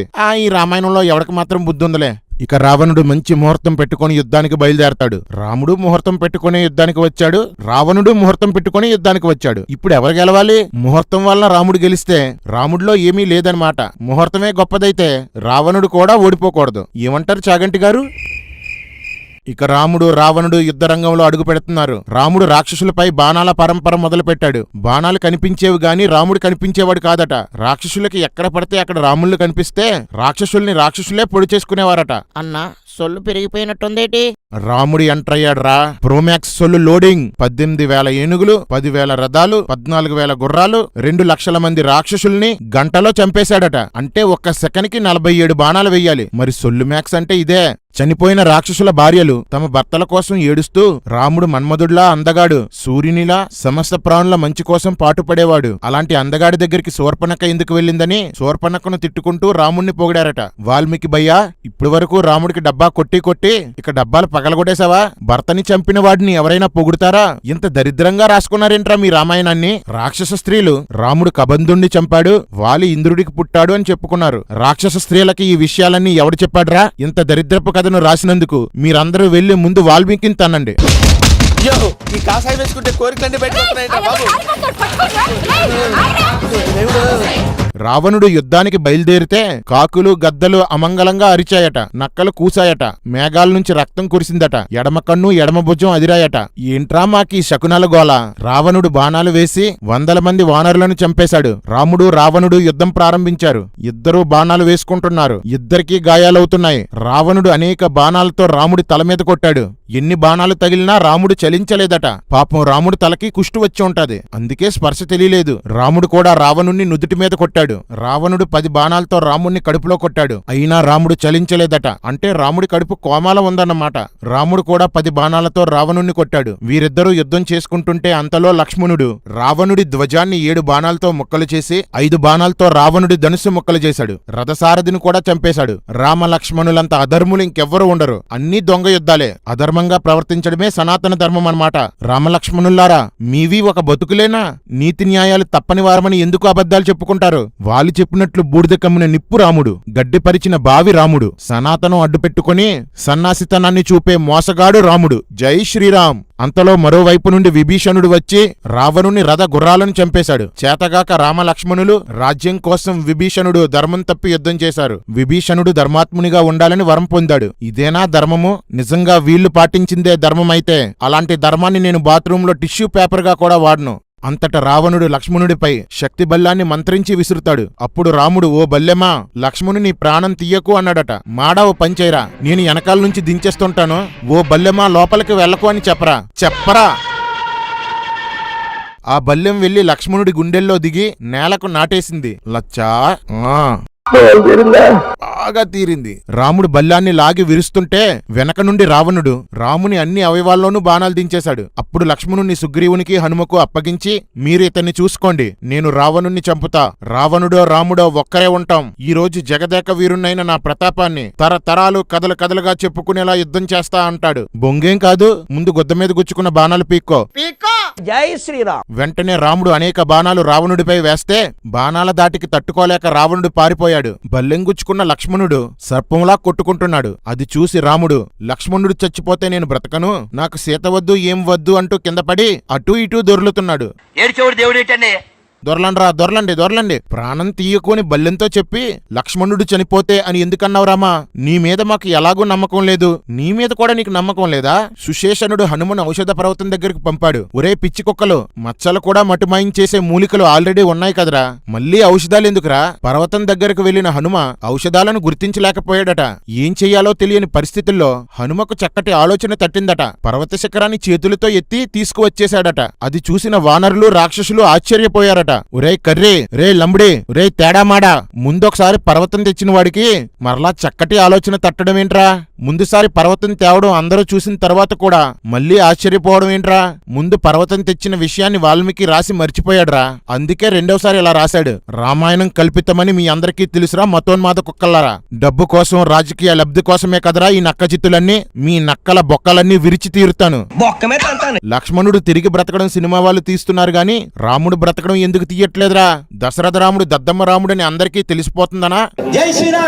ఇప్పుడు మీరు ఏ సినిమాలోని చూడని, ఎప్పుడూ వినని రామ రావణ యుద్ధం చూపిస్తాను. లక్ష్మణుడు చావు బ్రతుకుల్లో ఉండడం, రాముడు విపరీతంగా గాయపడ్డం చూసి రాముడు యుద్ధంలో గెలుస్తాడా లేదా అన్న సందేహం వచ్చిందనుకుంటా ఇంద్రుడికి. పెద్ద రథాన్ని, మాతలి అనే రథసారథిని, మహాధనుస్సును, కవచాన్ని, బాణాలను, బల్లాలను పంపిస్తాడు. నేను వీరుణ్ణి ధీరుణ్ణి, ఎవరైనా ఏదైనా ఇస్తే తీసుకోను అని చెప్పుకునే రాముడు సిగ్గు లేకుండా అవన్నీ తీసుకొని రథమెక్కి యుద్ధం ప్రారంభిస్తాడు. రాముడు ఇంద్రుడి సహాయం తీసుకుని రథమెక్కి యుద్ధం చేసినట్లు సినిమా తీస్తే రాముడు పనికిమాలిన వాడని అందరికీ తెలిసిపోతుందని ఏ సినిమాలోనూ ఈ సీన్ పెట్టరు. ఇంద్రుడు ఎన్ని ఏర్పాట్లు చేసినా రావణుడు 1000 బాణాలతో రాముణ్ణి గాయపరిచాడు. ఒరే పిచ్చోళ్లారా, ఒక మనిషికి 1000 బాణాలు ఎలా గుచ్చుకుంటాయిరా? ఎక్కడ గుచ్చుకుంటాయిరా? చెప్పండ్రా బాబు. రాముడికి సహాయంగా వచ్చినందుకు రథసారథి అయిన మాతలికి కూడా బాణాలు గుచ్చుకున్నాయి. ఇంకా బాణాలు గుచ్చుకొని ధనుస్సు కూడా పట్టుకోలేని స్థితికి రాముడు వెళ్లిపోయాడు. రామా, ఇందాకేమన్నావు? అవ్వలీలగా అలా చిటికెలో, మరిప్పుడు కాపాడండి రోయ్. రావణుడు ఒక అస్త్రాన్ని విసిరితే దానిని ఆపడానికి రాముడు ఎన్నో బాణాలు వేశాడు. కానీ ఆ శూలం మిడతల్ని తినేసినట్లుగా రాముడి బాణాలన్నీ తినేసి రాముని వైపు దూసుకొని వస్తుంది. వెంటనే ఇంద్రుడు పంపిన బల్లెంతో ఆ శూలాన్ని ఆపుతాడు. రాముడు పీకిందేం లేదు. ఇంద్రుడి సహాయం లేకపోతే జై శ్రీరామ్ కాదు, గోవిందా గోవిందా. రాముడు మళ్ళీ రావణుడిపై బాణాలు వేశాడు. తలలో వక్షస్థలంలో కొట్టాడు. మళ్ళీ రావణుడు రాముణ్ణి తీవ్రంగా దెబ్బతీశాడు. లెక్కలేనన్ని బాణాలతో రాముడి శరీరమంతా నిండిపోయింది. ఊరై సొల్లు కాకపోతే తలలోకి గుండెలోకి బాణాలు దిగిపోతే చచ్చిపోర్రా? ఇలాంటి పనికిమాలిన పుస్తకాన్ని పట్టుకుని మా పరిశుద్ధ గ్రంథాన్ని కామెంట్ చేస్తారా? మీ బోకు రామాయణాన్ని అందరికీ చూపిస్తాం. ఇక మీదట బైబిల్ జోలికి వస్తే మీ గ్రంథాలకి గుడ్డలిప్పి రోడ్డు మీద నిలబెడతాను. రాముడు రావణుడిపై బాణాలు వేస్తుంటే మరో పక్క వానరులు పెద్ద పెద్ద శిలలతో శిఖరాలతో రావణుణ్ణి కొట్టేవారు. ఒరే ఎర్రి బత్తాయిలు, ఏంట్రా ఈ యుద్ధం చేసే పద్ధతి? అధర్మమంతా మీ రామాయణంలోనే ఉందరా. మీ ధర్మాన్ని కాపాడుకోవాలి అంటున్నారు కదా. మీరు మీ ధర్మాన్ని కాపాడుకోవాలనుకుంటే ముందుగా రామాయణాన్ని గొయ్యి తీసి పాతేయండ్రా. అప్పటి వరకు అధర్మం మాత్రమే మన దేశాన్ని ఏలుతుంది. ధర్మం లేని రామాయణాన్ని పాటిస్తే అధర్మమే పీఠం మీద కూర్చుంటుంది, అధర్మమే రాజ్యమేలుతుంది, అధర్మమే రాజ్యాంగం అయిపోతుంది. తీవ్రంగా గాయపడిన రావణుణ్ణి అతని సారథి యుద్ధరంగం నుండి వేరొక దారికి తీసుకుపోతుంటే రావణుడు కోప్పడి, నేను యుద్ధం చేసే తీరుతాను, రాముడికి ఎదురుగా రథాన్ని పోనివ్వు అంటాడు. ఇది రామ రోషమంటే. చచ్చిపోయినట్లు నటించడం, ఇతరుల సహాయం తీసుకోవడం, అధర్మంగా యుద్ధం చేయడం కాదు రోషమంటే. రావణుడు చేస్తున్నాడే అది రోషంతో కూడిన యుద్ధమంటే. అధర్మంగా యుద్ధం చేసిన నువ్వు జానకిరాముడు కాదు, పెద్ద జాదూ రాముడివి. జై శ్రీరామ్. రాముడు రావణుణ్ణి చూసి విషసర్పం దృష్టిలో పడ్డ మనిషి చచ్చినట్లు నా దృష్టిలో పడ్డ రావణుడు చచ్చి తీరుతాడు అని రాముడంటాడు. తనని తాను విషసర్పంతో పోల్చుకున్న రాముడు జై శ్రీరామ్. యుద్ధం చేసి అలిసిపోయి రాముడు కూర్చున్నాడట. అంతలో అగస్త్యముని వచ్చి, అదేనండి, సూర్యుడు వరుణుడు కుండలో వీర్యాలు కార్చుకున్నప్పుడు పుట్టాడు కదా, ఆ ముని రామునితో ఆదిత్య హృదయం అనే మంత్రం నేర్పించి ఈ మంత్రం 3 సార్లు జపిస్తేనే నువ్వు రావణుణ్ణి చంపగలవు అని చెప్తాడు. మంత్రం జపించగానే సూర్యుడు రామా త్వరపడము అన్నాడట. వెంటనే రథంపై యుద్ధానికి బయలుదేరాడట. సూర్యుడు మాట్లాడమేంట్రా, ఈ సొల్లేంట్రా, మాకు మా దేశానికి ఈ కర్మేంట్రా? రాముడు, సారథి రావణుడు చావడానికే వస్తున్నాడు, రథాన్ని పోనివ్వు అంటాడు. వెంటనే రావణుడు బాణాలతో రాముడి కడుపులో ఫసక్. ఒరే పిచ్చి కుక్కల్లారా, రాముడితో లక్ష్మణుడు విభీషణుడు తోడై యుద్ధం చేసినా, ఇంద్రుడు రథం ఆయుధాలు ఇచ్చినా, అగస్త్యుడు మంత్రం నేర్పినా, వానరులు శిలలతో రాముడి పక్షాన యుద్ధం చేసినా ఏం పీకలేదేంట్రా మీ రాముడు? కనీసం కడుపులో గుచ్చుకున్న బాణాన్నైనా పీక్కోమనండ్రా. మీలాంటి ఎర్రి కుక్కలకి ఈ ఎర్రి రామాయణమే కరెక్ట్రా. ఇక దేవతలకి దేవుళ్ళకి రాముడి పరాక్రమం మీద సందేహం వచ్చేసింది. రావణుడి రథంపై ఇంద్రుడు రక్తపు వర్షం కురిపించేశాడు. సుడిగాలులు చుట్టేశాయి, గ్రద్దలు చుట్టుముట్టాయి. రావణుడి రథం దగ్గర భూకంపం వచ్చేసింది. ధూళి లేచి రావణుడి కళ్ళల్లో పడిపోయింది. అయినా రావణుడు రాముని రథధ్వజంపై బాణాలు వేస్తే రథశక్తి వలన అవి నిర్వీర్యం అయిపోయాయి. రే మాడా, రామశక్తి వల్ల కాదు, రథశక్తి వలన. వెంటనే రాముడు రావణుడి రథధ్వజాన్ని పడగొట్టాడు. రావణుడి రథధ్వజాన్ని ఎన్నిసార్లు పడగొడతారా? ఏంట్రా ఈ పిచ్చి రామాయణం? రావణుడు గదలు విసిరితే రాముడు బాణాలతో వాటిని కొట్టాడు. ఆ గదలు ఎగిరి వానరుల మీద పడిపోయాయి. ఏంటి రామా ఇది? గురి ఎటు పెట్టావు? గురి తప్పలేదు, తప్పించాను, నేను వీరుణ్ణి. గుడ్, ఎల్కేజీలో పడండి. రాముడు రావణుడు ఒకరినొకరు బాణాలతో కొట్టుకుంటున్నారు. రాముడు ఒకేసారి 20, 30, 60, 100 బాణాలు రావణుడి రథంపై వేశాడట. ఒకేసారి 100 బాణాలేంట్రా? ఆ బాణాలకు రావణుని తల తెగిపోయి మరలా వచ్చేస్తుంటే రాముడు మళ్లీ 100 బాణాలు తలకే వేస్తున్నాడు. అప్పుడు రథసారథి అయిన మాతలి, ఏమీ ఎరగనివాడిలా ఇలా చేస్తున్నావేంటి రామా? బ్రహ్మాస్త్రం వెయ్యి అని గుర్తు చేశాడట. ఎర్రిరాముడు బ్రహ్మాస్త్రాన్ని మర్చిపోయాడట. కాకి మీద వెయ్యడానికి మాత్రం గుర్తుంది, ఇక్కడ గుర్తు రాలేదట. జై గజనీరామ్. రాముడు బ్రహ్మాస్త్రం పట్టుకొని లాగి రావణుడి గుండెపై కొట్టాడు. అది రావణుణ్ణి చంపి మళ్లీ రాముడి బాణాల్లోకి వచ్చి కూర్చుందట. అలా రావణుణ్ణి రాముడు చంపాడు. నో, అందరూ కలిసి రాముడితో చంపించారు. ఆకాశం నుండి పూలవర్షం కురిసింది. అందరూ రాముణ్ణి పొగుడుతున్నారు. రామాయణంలో రాముని సూరత్వం ఇదే. ఎవరు నేరస్తులో పక్కవాళ్లే చెప్తారు, వారిని ఎలా చేరుకోవాలో పక్కవాళ్లే చెప్తారు, వారిని ఎలా చంపాలో పక్కవాళ్లే చెప్తారు, వారి దగ్గరకు వెళ్లడానికి దారులు పక్కవాళ్లే వేస్తారు, వారిని చంపడానికి ఆయుధాలు పక్కవాళ్లే ఇస్తారు, చంపాలనుకున్న ఆ శత్రువుని పక్కవాళ్లే గాయపరుస్తారు. ఆఖరిగా రాముడు బాణం వేసి నేనే పీకాను అంటాడు. కేక్ కోసిన పిల్లాడి చుట్టూ చేరి అందరూ చప్పట్లు కొడుతుంటే ఆ పిల్లోడు మురిసిపోయినట్లు అందరూ రాముణ్ణి పొగుడుతుంటే ఈ పిల్లబచ్చ అలా మురిసిపోతూ ఉంటాడు. రామాయణం ఎంత దారుణమైన సొల్లు కదంటే, రావణుని భార్య మండోదరి వచ్చి రావణుణ్ణి చూసి ఏడ్చి శ్రీరాముడు మహాయోగి, పరమాత్మ, మహాత్ముడు, సమస్త ప్రాణుల్ని పోషించువాడు, మహావీరుడు అని పొగుడుతుంది. రామాయణం సొల్లు కథ కాబట్టే వాలిని చంపినప్పుడు వాలి భార్య, రాక్షసుల్ని చంపితే రాక్షస భార్యలు, రావణుణ్ణి చంపితే రావణ భార్యలు రాముణ్ణి పొగుడుతారు. నా జీవితంలో నేను చదివిన అత్యంత పరమ చెత్త పుస్తకం, పెంట మీద వెయ్యడానికి కూడా అర్హత లేని పుస్తకం రామాయణమే. రావణుణ్ణి చూసి ఏడుస్తున్న మండోదరి వక్షస్థలం కన్నీటితో తడిసిపోయిందట. అరే మాడా, ఇప్పుడు కూడా వక్షస్థలాన్ని వదలరేంట్రా? నలుగురిని కనాలి. మరి మీరు కన్నారా? కనాలంటే ఒకరే కనలేదు కదా నాన్న, తోడు ఉండాలా వద్దా? మీకా? మరి ఎవరికైనా ఓకే. ఎవరన్నా ఒక చేతితో చప్పట్లు వస్తాయా? లేదు. ఇది కూడా అంతే. నేను 100 మందిని కందాం అనుకుంటున్నాను. అది రెడీ? అయినా కొడుకుని వెయ్యండి. నాకు తెలిసి రామాయణంలోకెల్లా నిజమైన రసిక వీరుడు వాల్మీకే. పెళ్లి చావు, నవ్వు ఏడుపు, ఏ సందర్భమైనా సరే వక్షస్థలాన్ని వర్ణించడం మానడు వాల్మీకి. రావణుడి చావు చూసి అతని తమ్ముడైన విభీషణుడు ఎంతో ఏడుస్తాడు. వెన్నుపోటు పొడిచి కన్నీళ్లు కారుస్తున్నావా విభీషణ? ఇతని నటనను నమ్మేసిన ఎర్రిరాముడు అతనిని ఓదారుస్తూ, రావణుడు రోషంతో వీరోచితంగా పోరాడి మరణించాడు, నిర్భయంగా పోరాడి క్షత్రియ ధర్మాన్ని నెరవేర్చాడు అని చెప్తాడు. రామా, నీకంటే రావణుడే బెటర్ కదా. క్షత్రియుడు కాని రాక్షసుడు క్షత్రియ ధర్మాన్ని నెరవేర్చాడు. క్షత్రియుడైన నువ్వు ధర్మం తప్పి యుద్ధం చేశావు. ఈ విషయాలన్నీ సీతకు తెలిస్తే నాకు రాముడొద్దు, లంకలోనే ఉండిపోతానంటుందో ఏంటో. మీరు తిట్టాలనుకుంటే నన్ను తిట్టండి, కొట్టాలనుకుంటే నన్ను కొట్టండి, ఆయనే అనొద్దు. ఏంటి వీడు నీకు ఆయన అయిపోయాడా? మీరు భర్త అయితే ఆయన ఎక్సు. సమరంలో చనిపోయిన శూరుని కోసం శోకించకూడదు అంటూ విభీషణుడికి నీతి సూత్రాలు చెప్తాడు. చెప్పావులే సొల్లు. లక్ష్మణుడు చచ్చినప్పుడు చావు బ్రతుకుల్లో ఉన్నప్పుడు ఎందుకేడ్చావు? సందు దొరికితే చాలు సొల్లు చెప్పడానికి వచ్చేస్తాడు. విభీషణుడు, అలాగే రామా, కాని దుఃఖాన్ని ఆపుకోలేకపోతున్నాను. నువ్వు అనుమతిస్తే నేను అంత్యక్రియలు చేసి వస్తాను అంటాడు. అందుకు రాముడు సరే అంటాడు. వెంటనే విభీషణుడు, రామా, ఇతడు ధర్మం తప్పినవాడు, దుష్టుడు, ఇతడు నాకు శత్రువు, ఇలాంటి వాడికి నేను అంత్యక్రియలు చెయ్యను అంటాడు. ఒరే, ఏంట్రా ఈ రామాయణం ఎటుపోతుందిరా? అంతా తేడాయను, అందరూ తేడాయను. ఇతని మాటలు రామునికి ఎంతో నచ్చాయట. మొత్తానికి రావణుని శవాన్ని గంధపు చెక్కలతో తగలబెట్టారు.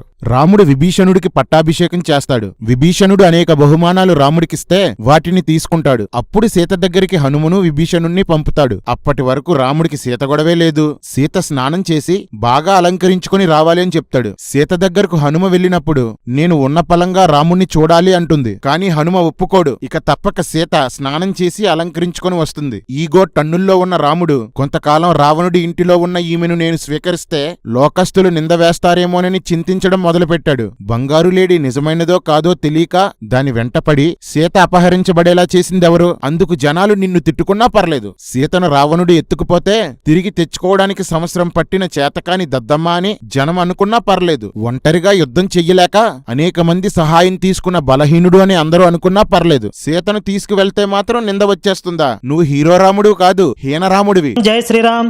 సీత వస్తే రాముడు ఆమె మొహం కూడా చూడలేదు. రాముడికి సీత మీద ఆసక్తి తగ్గిపోయిందని అందరూ అనుకున్నారు. రాముడు సీతతో, యుద్ధంలో శత్రువుని జయించి ఒక పరాక్రమశీలుడు చేయాల్సిన పనిని నేను పూర్తి చేశాను, నీకోసం ఇది చెయ్యలేదు. నా ప్రతాపాన్ని లోకానికి చూపించాలనుకున్నాను, చూపించాను అంటాడు. సీత ఏడుస్తుంటే రాముడికింకా కోపం పెరిగిపోయింది. ఇంతకాలం ఎవరో ఇంట్లో ఉన్న నీ మీద నాకు సందేహం ఉంది. నిన్ను రావణుడు ఒడిలో కూర్చోబెట్టుకుని తీసుకువెళ్లాడు. మాలాంటి పెద్ద వంశస్థులు నీలాంటి దాన్ని చేర్చుకోరు. కాబట్టి ఎక్కడికైనా వెళ్ళిపో, నాకు నీ మీద ఆసక్తి లేదు. ఇంత అందగత్తె అయిన నిన్ను చూసి రావణుడు ఏం చేశాడో ఏంటో అంటాడు. సీత ఏడుస్తూ, నిమ్నజాతి స్త్రీలలో కొందరు ఇలానే ఉంటారు, అది వాళ్ళ స్వభావం అంటుంది.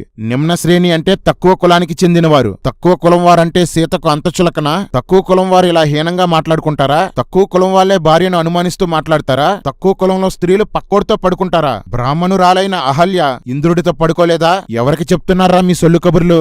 రామాయణం ఇతిహాసం కాదు, తక్కువ కులాలపై బ్రాహ్మణులు చేసిన అపహాసం. నేను చిన్న వయసులో ఉండగానే నువ్వు పెళ్లి చేసుకున్నావు, నేను అయోనిజను అంటుంది. అయోనిజ అంటే యోనిలో నుంచి జన్మించినది కాదు అని అర్థం. ఒరే కర్రీ, నీ సీతేంట్రా యోని, స్తనాలు, కుచాలు అంటూ బూతులు మాట్లాడుతుంది? మతోన్మాదులంతా ఎందుకింత బూతు పనులు చేస్తుంటారనుకున్నాను. మీ దేవుళ్ళు దేవతలు పలికేవి గెలికేవి బూతులే కాబట్టి ఇలా తయారయ్యారా మీరు. సీత ఇక బ్రతకడం అనవసరమని లక్ష్మణ చితిని నిర్మించు అంటుంది. లక్ష్మణుడు రాముని ముఖం చూడగానే అతని ఆంతర్యం అర్థమైందట. వెంటనే చితిని పేర్చి వెలిగించాడు. నేను పవిత్రురాలిని అయితే అగ్నిదేవుడు నన్ను రక్షించునుగాక అని అగ్నిలో దూకేసింది. ఇక్కడ ఎర్రిపప్పలు ఎవర్రా అంటే వానరులు. చచ్చి సీత కోసం యుద్ధం గెలిస్తే సీత అగ్నిలో దూకేసింది. ఇక్కడ ఒకసారి ఆగుదాం. అసలు సీత ఎవరు? పూర్వజన్మలో సీత పేరు వేదవతి. ఆమె తపస్సు చేస్తుంటే రావణుడు ఆమెను చూసి మోహించి బలవంతం చెయ్యడానికి ఆమె జుట్టు పట్టుకుంటాడు. అప్పుడు వేదవతి తన చేతిని కత్తిగా చేసి జుట్టు కత్తిరించేసుకుంటుంది. తన తపశ్శక్తితో చితిని మండించి, నేను ఇప్పుడే నిన్ను భస్మం చేయగలను, కానీ చెయ్యను, వచ్చే జన్మలో నా వల్లనే నువ్వు చస్తావని శపించి అగ్నిలో దూకేస్తుంది. సీతక్క, అప్పుడే భస్మం చేస్తే ఈ గొడవే లేదు కదా. నువ్వు ఆ జన్మలోనూ ఈ జన్మలోనూ కూడా అంతే అక్క. చనిపోయిన వేదవతి అనేక మంది మొగుళ్ళు గల భూమికి పుడుతుంది. ముందు జన్మలో రావణుడి వలన అగ్నిలో దూకితే ఈ జన్మలో రాముడి వలన దూకింది. ఇలా ఆలోచిస్తే రాముడి రంగు రావణుడి రంగు ఒకటే. రాముడికి రావణుడికి ఇలాంటి ఎన్నో పోలికలున్నాయి. వీళ్ళిద్దరి మధ్య ఉన్న ఒకే ఒక్క తేడా ఏంటంటే రావణుడు వీరుడు, రాముడు వీరుడని అందరికీ చెప్పుకొని తిరుగుతుంటాడు. సీత అగ్నిలోకి దూకగానే కుబేరుడు, యముడు, ఇంద్రుడు, శివుడు, బ్రహ్మ అందరూ రాముడి దగ్గరికి వచ్చారు. సీతను అగ్ని ప్రవేశం ఎందుకు చేయించావని అడిగారు. ఒరే ఎర్రి కుక్కల్లారా, లక్ష్మణుడు రాముడి ముఖం చూసి రాముని అంతర్యం తెలుసుకున్నాడు గాని మీ దేవుళ్ళెవరూ తెలుసుకోలేకపోయారా? అంటే మీరే కాదు మీ దేవుళ్ళు కూడా ఎర్రోళ్ళేనారా? వాల్మీకి రామాయణాన్ని ఆశ్రమంలో కూర్చొని రాసుండటరా, మెంటల్ హాస్పిటల్లో ఐసీయూలో కూర్చొని రాసుంటాడు. జై శ్రీరామ్. ఆ దేవుళ్ళందరూ చదువులేని వాడ్లా నీ భార్యను ఎందుకు వదిలేశావని అడుగుతారు. అంటే చదువులేని వాళ్ళు భార్యల్ని వదిలేస్తారా? రే కర్రీ, విడాకులిచ్చేది భార్యల్ని వదిలేసేది ఎక్కువగా చదువుకున్న వాళ్ళేరా. అయినా ఈ దేశంలో పామర్లెందుకున్నారా ఎర్రికుక్కలారా? మీరు పెట్టిన వర్ణ వ్యవస్థ వలన తక్కువ కులం వారు అనే పేరుతో అనేక జాతుల వారిని తొక్కి పామరుల్ని చేశారు. రాముడు తర్వాత అడవుల్లో సీతనెందుకు వదిలేశాడు? నిమ్న జాతివాడనా లేక సంకరంగా పుట్టాడనా? కరెక్ట్, ఇది కరెక్ట్ గా చెప్పావయ్యా. ఆ దేవుళ్ళంతా రాముడితో నువ్వు గొప్పోడివి, సృష్టికర్త అవతారానివి అని పొగుడుతుంటే నేను దశరథుని కొడుకైన సామాన్య మానవుణ్ణి అని నేననుకుంటున్నాను. నేనెవరో నాకు గుర్తు చెయ్యండి అంటాడు. రామా, నువ్వు గజనీవు కాదు, గజబిజినీవి. జై శ్రీరామ్. నా ప్రభువు 12 సంవత్సరాల వయసులో మాట్లాడుతూ నేను నా తండ్రి పని మీద ఉండాలి అంటాడు. ఆయన ఎవరో ఆయనకి తెలుసు. రాముడెవరో రాముడికి ఎన్నిసార్లు చెప్పినా అతనికి తెలీదు. రాముడెవరో రాముడికి తెలియకపోవచ్చు గాని ఈ వీడియో ద్వారా అందరికీ తెలుస్తుంది. డాక్టర్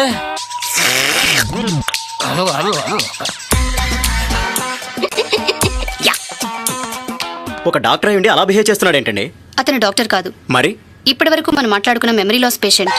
రాముడు విష్ణువు అవతారమని బ్రహ్మ చెప్తాడు. అవతారం పూర్తయిపోయింది కాబట్టి వైకుంఠానికి వచ్చే అంటాడు. ఇలా మాట్లాడుతుండగా అగ్నిదేవుడు సీతను ఒళ్ళో కూర్చోబెట్టుకుని అగ్ని నుండి బయటకు తీసుకువస్తాడు. రామా, రావణుడు ఒళ్ళో కూర్చోబెట్టుకున్నాడని అగ్నిలో దూకమన్నావు, అగ్ని ఒళ్ళో కూర్చోబెట్టుకొని తీసుకొచ్చాడు, ఇప్పుడెందులో దూకమంటావు? సొల్లు రామాయణం మీరునే. ఇదే మాట సీత అడిగితే నువ్వు అసలే కాముడివి, ఈ సంవత్సరం పాటు ఖాళీగా ఉన్నావని గ్యారంటీ ఏంటి? అగ్నిలో దూకి నిరూపించుకో అంటే ఏం చేస్తాడు రాముడు? అగ్నిదేవుడు రాముడితో ఈమె పవిత్రురాలని శీల సర్టిఫికెట్ ఇస్తాడు. అప్పుడు రాముడు ఈ విషయం నాకు ముందే తెలుసు అంటాడు. రామా, నీలాంటోన్ని లోకమంతా సీతాదేవి పవిత్రత తెలుసుకోవాలని కామకోరికతో నేను సీతను ఏలుకోలేదు, ఆమె పవిత్రురాలు కాబట్టి ఏలుకున్నానని అందరూ తెలుసుకోవడం కోసమే ఇలా అన్నాను అంటాడు. ఇది కూడా అబద్ధమే, గుర్తుపెట్టుకోండి, తర్వాత చెప్తాను. ఒరే పిచ్చోళ్ళారా, సీతను అగ్ని పరీక్ష చేయించాలనుకుంటే ఆ విషయాన్ని రాముడు నేరుగానే చెప్పొచ్చు కదరా. ఎందుకు ఆమెను అవమానించి హీనపరిచాడు? రాముడు సీతను పొగిడి గణపరిచి మహాత్ముడు కీర్తిని వదలనట్లు నేను సీతను విడిచిపెట్టుట అసంభవం అంటాడు. ఒరే ఎర్రి కుక్కల్లారా, మరెందుకురా అడవుల్లో వదిలేశాడు? ఇలాంటి మాట నిలకడలేని వాడి పేరు గోడల మీద రాస్తున్నందుకు ఎక్కడ కొట్టాలరా మిమ్మల్ని? అప్పుడు శివుడు రాముడి దగ్గరకు వచ్చి నీవు కిందే ఉండి అయోధ్యను పాలించు, ధర్మాన్ని స్థాపించు, 11,000 సంవత్సరాలు పూర్తయ్యాక స్వర్గానికి రా అంటాడు. ఇది కూడా గుర్తుపెట్టుకోండి. బ్రహ్మ స్వర్గం నుంచి దశరథుడిని పిలిపించి రామలక్ష్మణ సీతలతో మాట్లాడిస్తాడు. ఇప్పుడు సంతోషంగా ఉన్నాను అంటూ స్వర్గానికి వెళ్లిపోతాడు. దేవేంద్రుడు రాముడితో నీకేం కావాలని అడిగితే యుద్ధంలో చనిపోయిన వానరులందరినీ బ్రతికించు అని కోరతాడు. వెంటనే అందర్నీ బ్రతికించేస్తాడు. వాల్మీకి నీ సొల్లు రాతలకి హద్దులు లేవు, సరిహద్దులు లేవు. విభీషణుడు రాముడికి పుష్పక విమానం ఇస్తాడు. ఇంకా ఏం సహాయం కావాలి అని అడుగుతాడు. అందుకు రాముడు, విభీషణ, ఈ వానరులకు వస్త్రాలు, ధరించడానికి ఆభరణాలు, ధనము ఇచ్చి సత్కరించు అని చెప్తాడు. రామా, నీ డ్రామాలు సామాన్యులకి అందవు. ఒరే కర్రిగా, సహాయం పొందింది రాముడైతే విభీషణుడు కానుకలెందుకు ఇవ్వాలరా? ఇది రాముడి లంచం. ఆల్రెడీ లంక తగలడింది, చాలా ధనం కాలిపోయింది, సైనికులు చనిపోయారు. అలాంటి దారుణ స్థితిలో ఉన్న లంకపై విభీషణుడికి పట్టాభిషేకం చేసి ఇక లంకలో మిగిలిన మొత్తం ధనవంతా లాగేశాడు రాముడు. 10,000 కోట్ల మంది వానరులకి బట్టలు, బంగారం ఇచ్చి విభీషణుడు దివాలా తీసేలా చేశాడు. రాజ్యం కోసం విభీషణుడు, రాజ్యంలో ఉన్న రత్నరాశుల కోసం రాముడు, ప్లాన్లు. ఇలా సహాయం చేసిన విభీషణ్ణి దోచుకోవడం రా మీ ధర్మం. రాముడు విమానం ఎక్కి సీతను ఒళ్ళో కూర్చోబెట్టుకుని విభీషణ, ఇక మీదటి ఇంద్రాది దేవతలు కూడా నిన్ను ఎదిరించలేరు అని వరమిస్తాడు. బుద్ధి రాదారా మీకు? బ్రహ్మ వరమిచ్చినందుకే రావణుడు నాశనాలు చేశాడు. ఇప్పుడు విభీషణుడికి రాముడు వరమిస్తున్నాడు. బుర్రలేని బ్రహ్మ, అసలు ఏమీ లేని రామ, ఇదంతా మన కర్మ. ఇందాకే ఇంద్రుణ్ణి వరమడుక్కున్న రాముడు ఇప్పుడు వరాలిచ్చేస్తున్నాడు. ఏ క్యారెక్టర్ ఎప్పుడు ఎలా మారుతుందో, ఎవరు ఎప్పుడు ఏం చేస్తారో తెలియని అట్టర్ ఫ్లాప్ సినిమా రామాయణం. మేము కూడా వస్తామని వానర ప్రముఖులు అడిగితే అందర్నీ విమానంలోకి ఎక్కించేసుకుంటాడు. విమానంలో వెళ్తూ యుద్ధం ఎలా జరిగిందో, ఎవరు ఎవరిని ఎక్కడ చంపారో వివరిస్తూ సేతు కోసం మాట్లాడుతూ సేతుని ఇక్కడ్నుంచే ప్రారంభించాం. దాని పేరు సేతుబంధము. ఇది ఒక పుణ్యక్షేత్రం అంటాడు. ఒరే ఎర్రి కుక్కల్లారా, సేతు కట్టకముందే దానికి సేతుబంధం అని పేరెలా వచ్చిందిరా? పుణ్యక్షేత్రం ఎలా అయిందిరా? చెప్పారులేరా సొల్లు పురాణం. దాని పేరే రామాయణం. జై శ్రీరామ్. సీత, అదిగో నాన్నగారు పాలించిన అయోధ్య నగరం. అయోధ్యాదేవికి నమస్కరించు అంటాడు. అయోధ్యాదేవి ఎలా అయిందిరా? అయోధ్యాదేవిని పాలించే వాళ్ళందరూ ఆవిడికి భర్తలా? అలా అయితే ముందు తండ్రి, తర్వాత కొడుకు అయోధ్యాదేవికి భర్తలవుతారా? ఒరే పనికి మాలిన పోరంబోకు మతోన్మాదుల్లారా, మీరు గొప్పలు చెప్పే సనాతనం ఇదేనా? తెలుగు వాళ్ళకి రాష్ట్రం వస్తే తెలుగు తల్లిని సృష్టించారు. తెలంగాణకి రాష్ట్రం వస్తే తెలంగాణ తల్లిని సృష్టించారు. భారతదేశానికి స్వతంత్రం వచ్చే సమయంలో భరతమాతను సృష్టించారు. సనాతనం అంటే తమ సృష్టికర్త అయిన దేవుణ్ణి తెలుసుకోవడం కాదు, దేవుళ్లను సృష్టించడం. భూమిని పాలించేవాడు భూమికి రాజు, అంతేగాని భూమాతకి భర్త కాదు. భూమి ఒక గ్రహం, స్త్రీ కాదు, తల్లి కాదు, అయోధ్యాదేవి కాదు, అయోధ్య పట్టణం. దారిలో భరద్వాజ మహర్షి ఆశ్రమానికి వెళ్లి, అదేనండి రేవుపార్టీ ఆశ్రమం. భరద్వాజుణ్ణి అయోధ్య సమాచారం అడిగితే, భరతుడు వనవాస దీక్షలో ఉండి చెప్పుల్ని సింహాసనం మీద పెట్టి పరిపాలిస్తున్నాడు, నీ రాకకై ఎదురు చూస్తున్నాడు అని చెప్తాడు. అక్కడి నుండి బయలుదేరిన రాముడు హనుమను పిలిచి, నువ్వు మారు రూపంలో భరతుణ్ణి కలుసుకొని నేను వస్తున్న విషయం చెప్పు అంటాడు. అతని ముఖాన్ని గమనించు. ఇంతకాలం రాజ్య పరిపాలన చేశాడు కాబట్టి రాజ్యంపై ఆశ పుట్టే ఉంటుంది. జాగ్రత్తగా గమనించు. అతనికి ఆశ ఉంటే రాజ్యం అతనికే వదిలేస్తాను అంటాడు. నాన్న మొదనష్టపు ముదిగొండ, పందిప్రసాదు, మాడదాసు, కర్రే, లంబడే రాముడి కోసం తండ్రి కోరికను లెక్క చేయకుండా అహాన్ని చంపుకొని చెప్పుల్ని సింహాసనం మీద పెట్టి వనవాసం చేస్తూ బెంగతో బక్క చిక్కిపోయిన భరతుణ్ణి అనుమానించాడంటే మీ రాముడు ఎంత మూర్ఖుడు, ఎంతటి అనుమానపు పిశాచి. భరద్వాజ మహర్షి చెప్పినా అనుమానించాడంటే మీ రాముడు ఆత్మీయ రాముడు కాదు, అనుమానాల రాముడు. జై శ్రీరామ్. రే బోకులు, అవతారాలు ఎందుకెత్తుతారా చెప్పండి? 10,000 సంవత్సరాలు అయోధ్యను పరిపాలించి ధర్మాన్ని స్థాపించు, ఇందుకే నువ్వు వచ్చావని శివుడు చెప్పినా భరతుడికి ఆశ ఉంటే అయోధ్యను వదిలేసి అరణ్యానికి పోతాడా? బుద్ధి లేదు, బాధ్యత లేదు, గురి లేదు, గమ్యం లేదు. అప్పుడే ఏడుస్తాడు, అప్పుడే గొప్పలు చెప్తాడు, అప్పుడే సీత అవసరం లేదంటాడు, కామాగ్నితో రగిలిపోతున్నానంటాడు. ఇలాంటి నిలకడ, నిజాయితీ, నిబద్ధత, ధీరత్వం, వీరత్వం లేనివాడి పేరు గోడల మీద రాస్తారా? ఇలాంటి వాడి పేరుతో జేజేలు పలుకుతూ మతయుద్ధాలు రేపుతారా? రండిరా రండి, మీ రాముడు సత్పురుషుడని నిరూపించండ్రా. ఎంతకాలం రా హిందువులకి గంతలు కట్టి మీ పబ్బం గడుపుతారు? ఇంకెంతకాలం రా కల్పిత కథను నిజమని నమ్మిస్తారు? మీరు కట్టిన మతోన్మాద కోటలన్నీ అతి త్వరలోనే కూలిపోతాయిరా. దక్షిణ భారతదేశంలో వాళ్ళని మోసం చేయడానికి మీరు పన్నిన కుట్రలన్నీ అతి త్వరలోనే కుదేలైపోతాయిరా.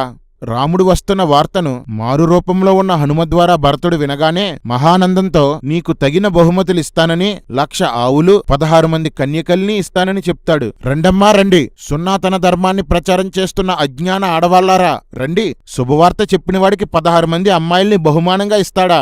అందులో మీరుంటే, మీ కూతుర్లుంటే ఏం చేస్తారు? కన్యల్ని బహుమానంగా ఇవ్వడానికి వాళ్ళేమన్నా వస్తువులా? కన్యకలకి ఇష్టాలుండవా? వాడు వాళ్ళను తీసుకెళ్లి వాడుకుంటాడో అమ్ముకుంటాడో ఏం తెలుసు? ఇది సనాతన ధర్మం కాదు, నిజంగానే సాని ధర్మం. ఆడవాళ్ళని గుడిలో పంతుల దగ్గర పడుకోబెట్టింది ఈ ధర్మం. ఆడవాళ్ల బొమ్మల్ని నగ్నంగా గుడుల మీద చెక్కింది ఈ ధర్మం. వ్యభిచారం చేయడానికి ఒక కులాన్ని పుట్టించింది ఈ ధర్మం. ఆడది తల్లైనా, భార్య అయినా, ఆఖరికి దేవత అయినా సరే అంగాంగాలు వర్ణించి కామ వస్తువుగా చూపించింది ఈ ధర్మం. ఇలాంటి ధర్మాన్ని పాటించే ఉత్తర భారతదేశంలో స్త్రీల బ్రతుకులు ఎంత దారుణమో తెలుసా? స్త్రీలకు అవమానాలు, మానభంగాలు ఎంత విస్తృతంగా జరుగుతాయో తెలుసా? సిగ్గు లేకుండా సిగ్గుమాలిన ఈ ధర్మాన్ని ప్రచారం చేస్తున్న ప్రతి ఆడది తన ఆడజాతికి అన్యాయం చేసేదే. ఎందుకు నీకు బతుకు? రే లలిత లంబుడే, నువ్వొక పాస్టర్ని లంజా కొడుకు అన్నావు అంటే అతని తల్లిని లంజా అన్నావు. ఇదేనారా నీ ధర్మం నీకు నేర్పిన సంస్కారం? కుక్క, అన్ని విషయాల్లో ఆడవాళ్ళని అవమానిస్తూ మా ధర్మం ఆడవాళ్ళని గౌరవించేది అంటారేంట్రా? రాముడు వస్తున్నాడని రంగుల ముగ్గులతో అయోధ్యను అలంకరించారు, గాలిపటాలు ఎగరేశారు. తలపై రాముని చెప్పులు పెట్టుకుని భరతుడు ఎదురెళ్లాడు. అందరూ కలుసుకున్నారు. భరతుడు రాముడికి సాష్టాంగ నమస్కారం చేసి ఈ భూమండలం ఉన్నంతకాలం నువ్వే ప్రభువు అంటాడు. అందుకోసమే ఎదురు చూస్తున్న నటరాముడు క్షణం కూడా ఆలస్యం చేయకుండా తదాస్తు అంటాడు. పట్టాభిషేకం ఏర్పాట్లు మొదలుపెట్టారు. రాముడి జడలు విప్పి స్నానాలు చేయించారు. ప్రతి ఇంటి మీద జెండా పెట్టుకున్నారు. అదే ఇప్పుడు తగిలిస్తున్న కాషాయి జెండాలు. సీతారాములను పట్టాభిషేకం చేశారు. అప్సరసులు వచ్చి నాట్యం చేశారు. రాముడు వానర ప్రముఖులకు బహుమానాలిచ్చాడు. వానరులంతా కిష్కిందకు, విభీషణుడు లంకకు పోయారు. తరువాత ధర్మాత్ముడైన రాముడు లక్ష్మణుణ్ణి యువరాజుగా ఉండమని, తనతో కలిసి పరిపాలించమని ఎంత బ్రతిమాలినా లక్ష్మణుడు ఒప్పుకోలేదు. అప్పుడు భరతుణ్ణి యువరాజుగా చేశాడు. దిక్కుమాలిన ధర్మమంతా నక్క రాజకీయాలే. లక్ష్మణుడు అయితే పడుంటాడని యువరాజు పదవి తీసుకోమన్నాడు. నిజానికి రాముడి తర్వాత భరతుడు పుట్టాడు. భరతుడే యువరాజు అవ్వాలి. 14 సంవత్సరాలు చెప్పుల్ని సింహాసనం మీద పెట్టి రాముడి కోసం ఎదురు చూసిన భరతుడికి యువరాజు పదవి ఇవ్వడట. నెంబర్ 1 దొంగ రాముడు. రామా, నువ్వు మంత్రాలు వేసే రాముడివి కాదు, మంతనాలు జరిపే రాముడివి. జై శ్రీరామ్. రాముడు అనేక యజ్ఞాలు నిర్వహిస్తూ 10,000 సంవత్సరాల పాటు కోసల రాజ్యాన్ని పరిపాలించాడు. ఈ 10,000 సంవత్సరాల్లో స్త్రీలకు వ్యాధులు లేవట, రోగాలు లేవట, దొంగలు లేరట, ఎవరికీ విరోధాలు లేవట. అలా భూమండలం అంతా పరిపాలించాడట. ఒరే పిచ్చి కుక్కల్లారా, అయోధ్య ఒక్కటే భూమండలం కాదురా, నూతిలో కప్ప అదే ప్రపంచం అనుకుంటదట. అయోధ్యలో రాముడు కూడా అదే అనుకుంటున్నాడు. అందరూ రాముణ్ణి పూజిస్తూ రామనామస్మరణ చేస్తూ రాముని గాథలే చెప్పుకునేవారట. అన్ని వేల సంవత్సరాలు చెప్పుకోవడానికి రాముడేం పీకాడ్రా?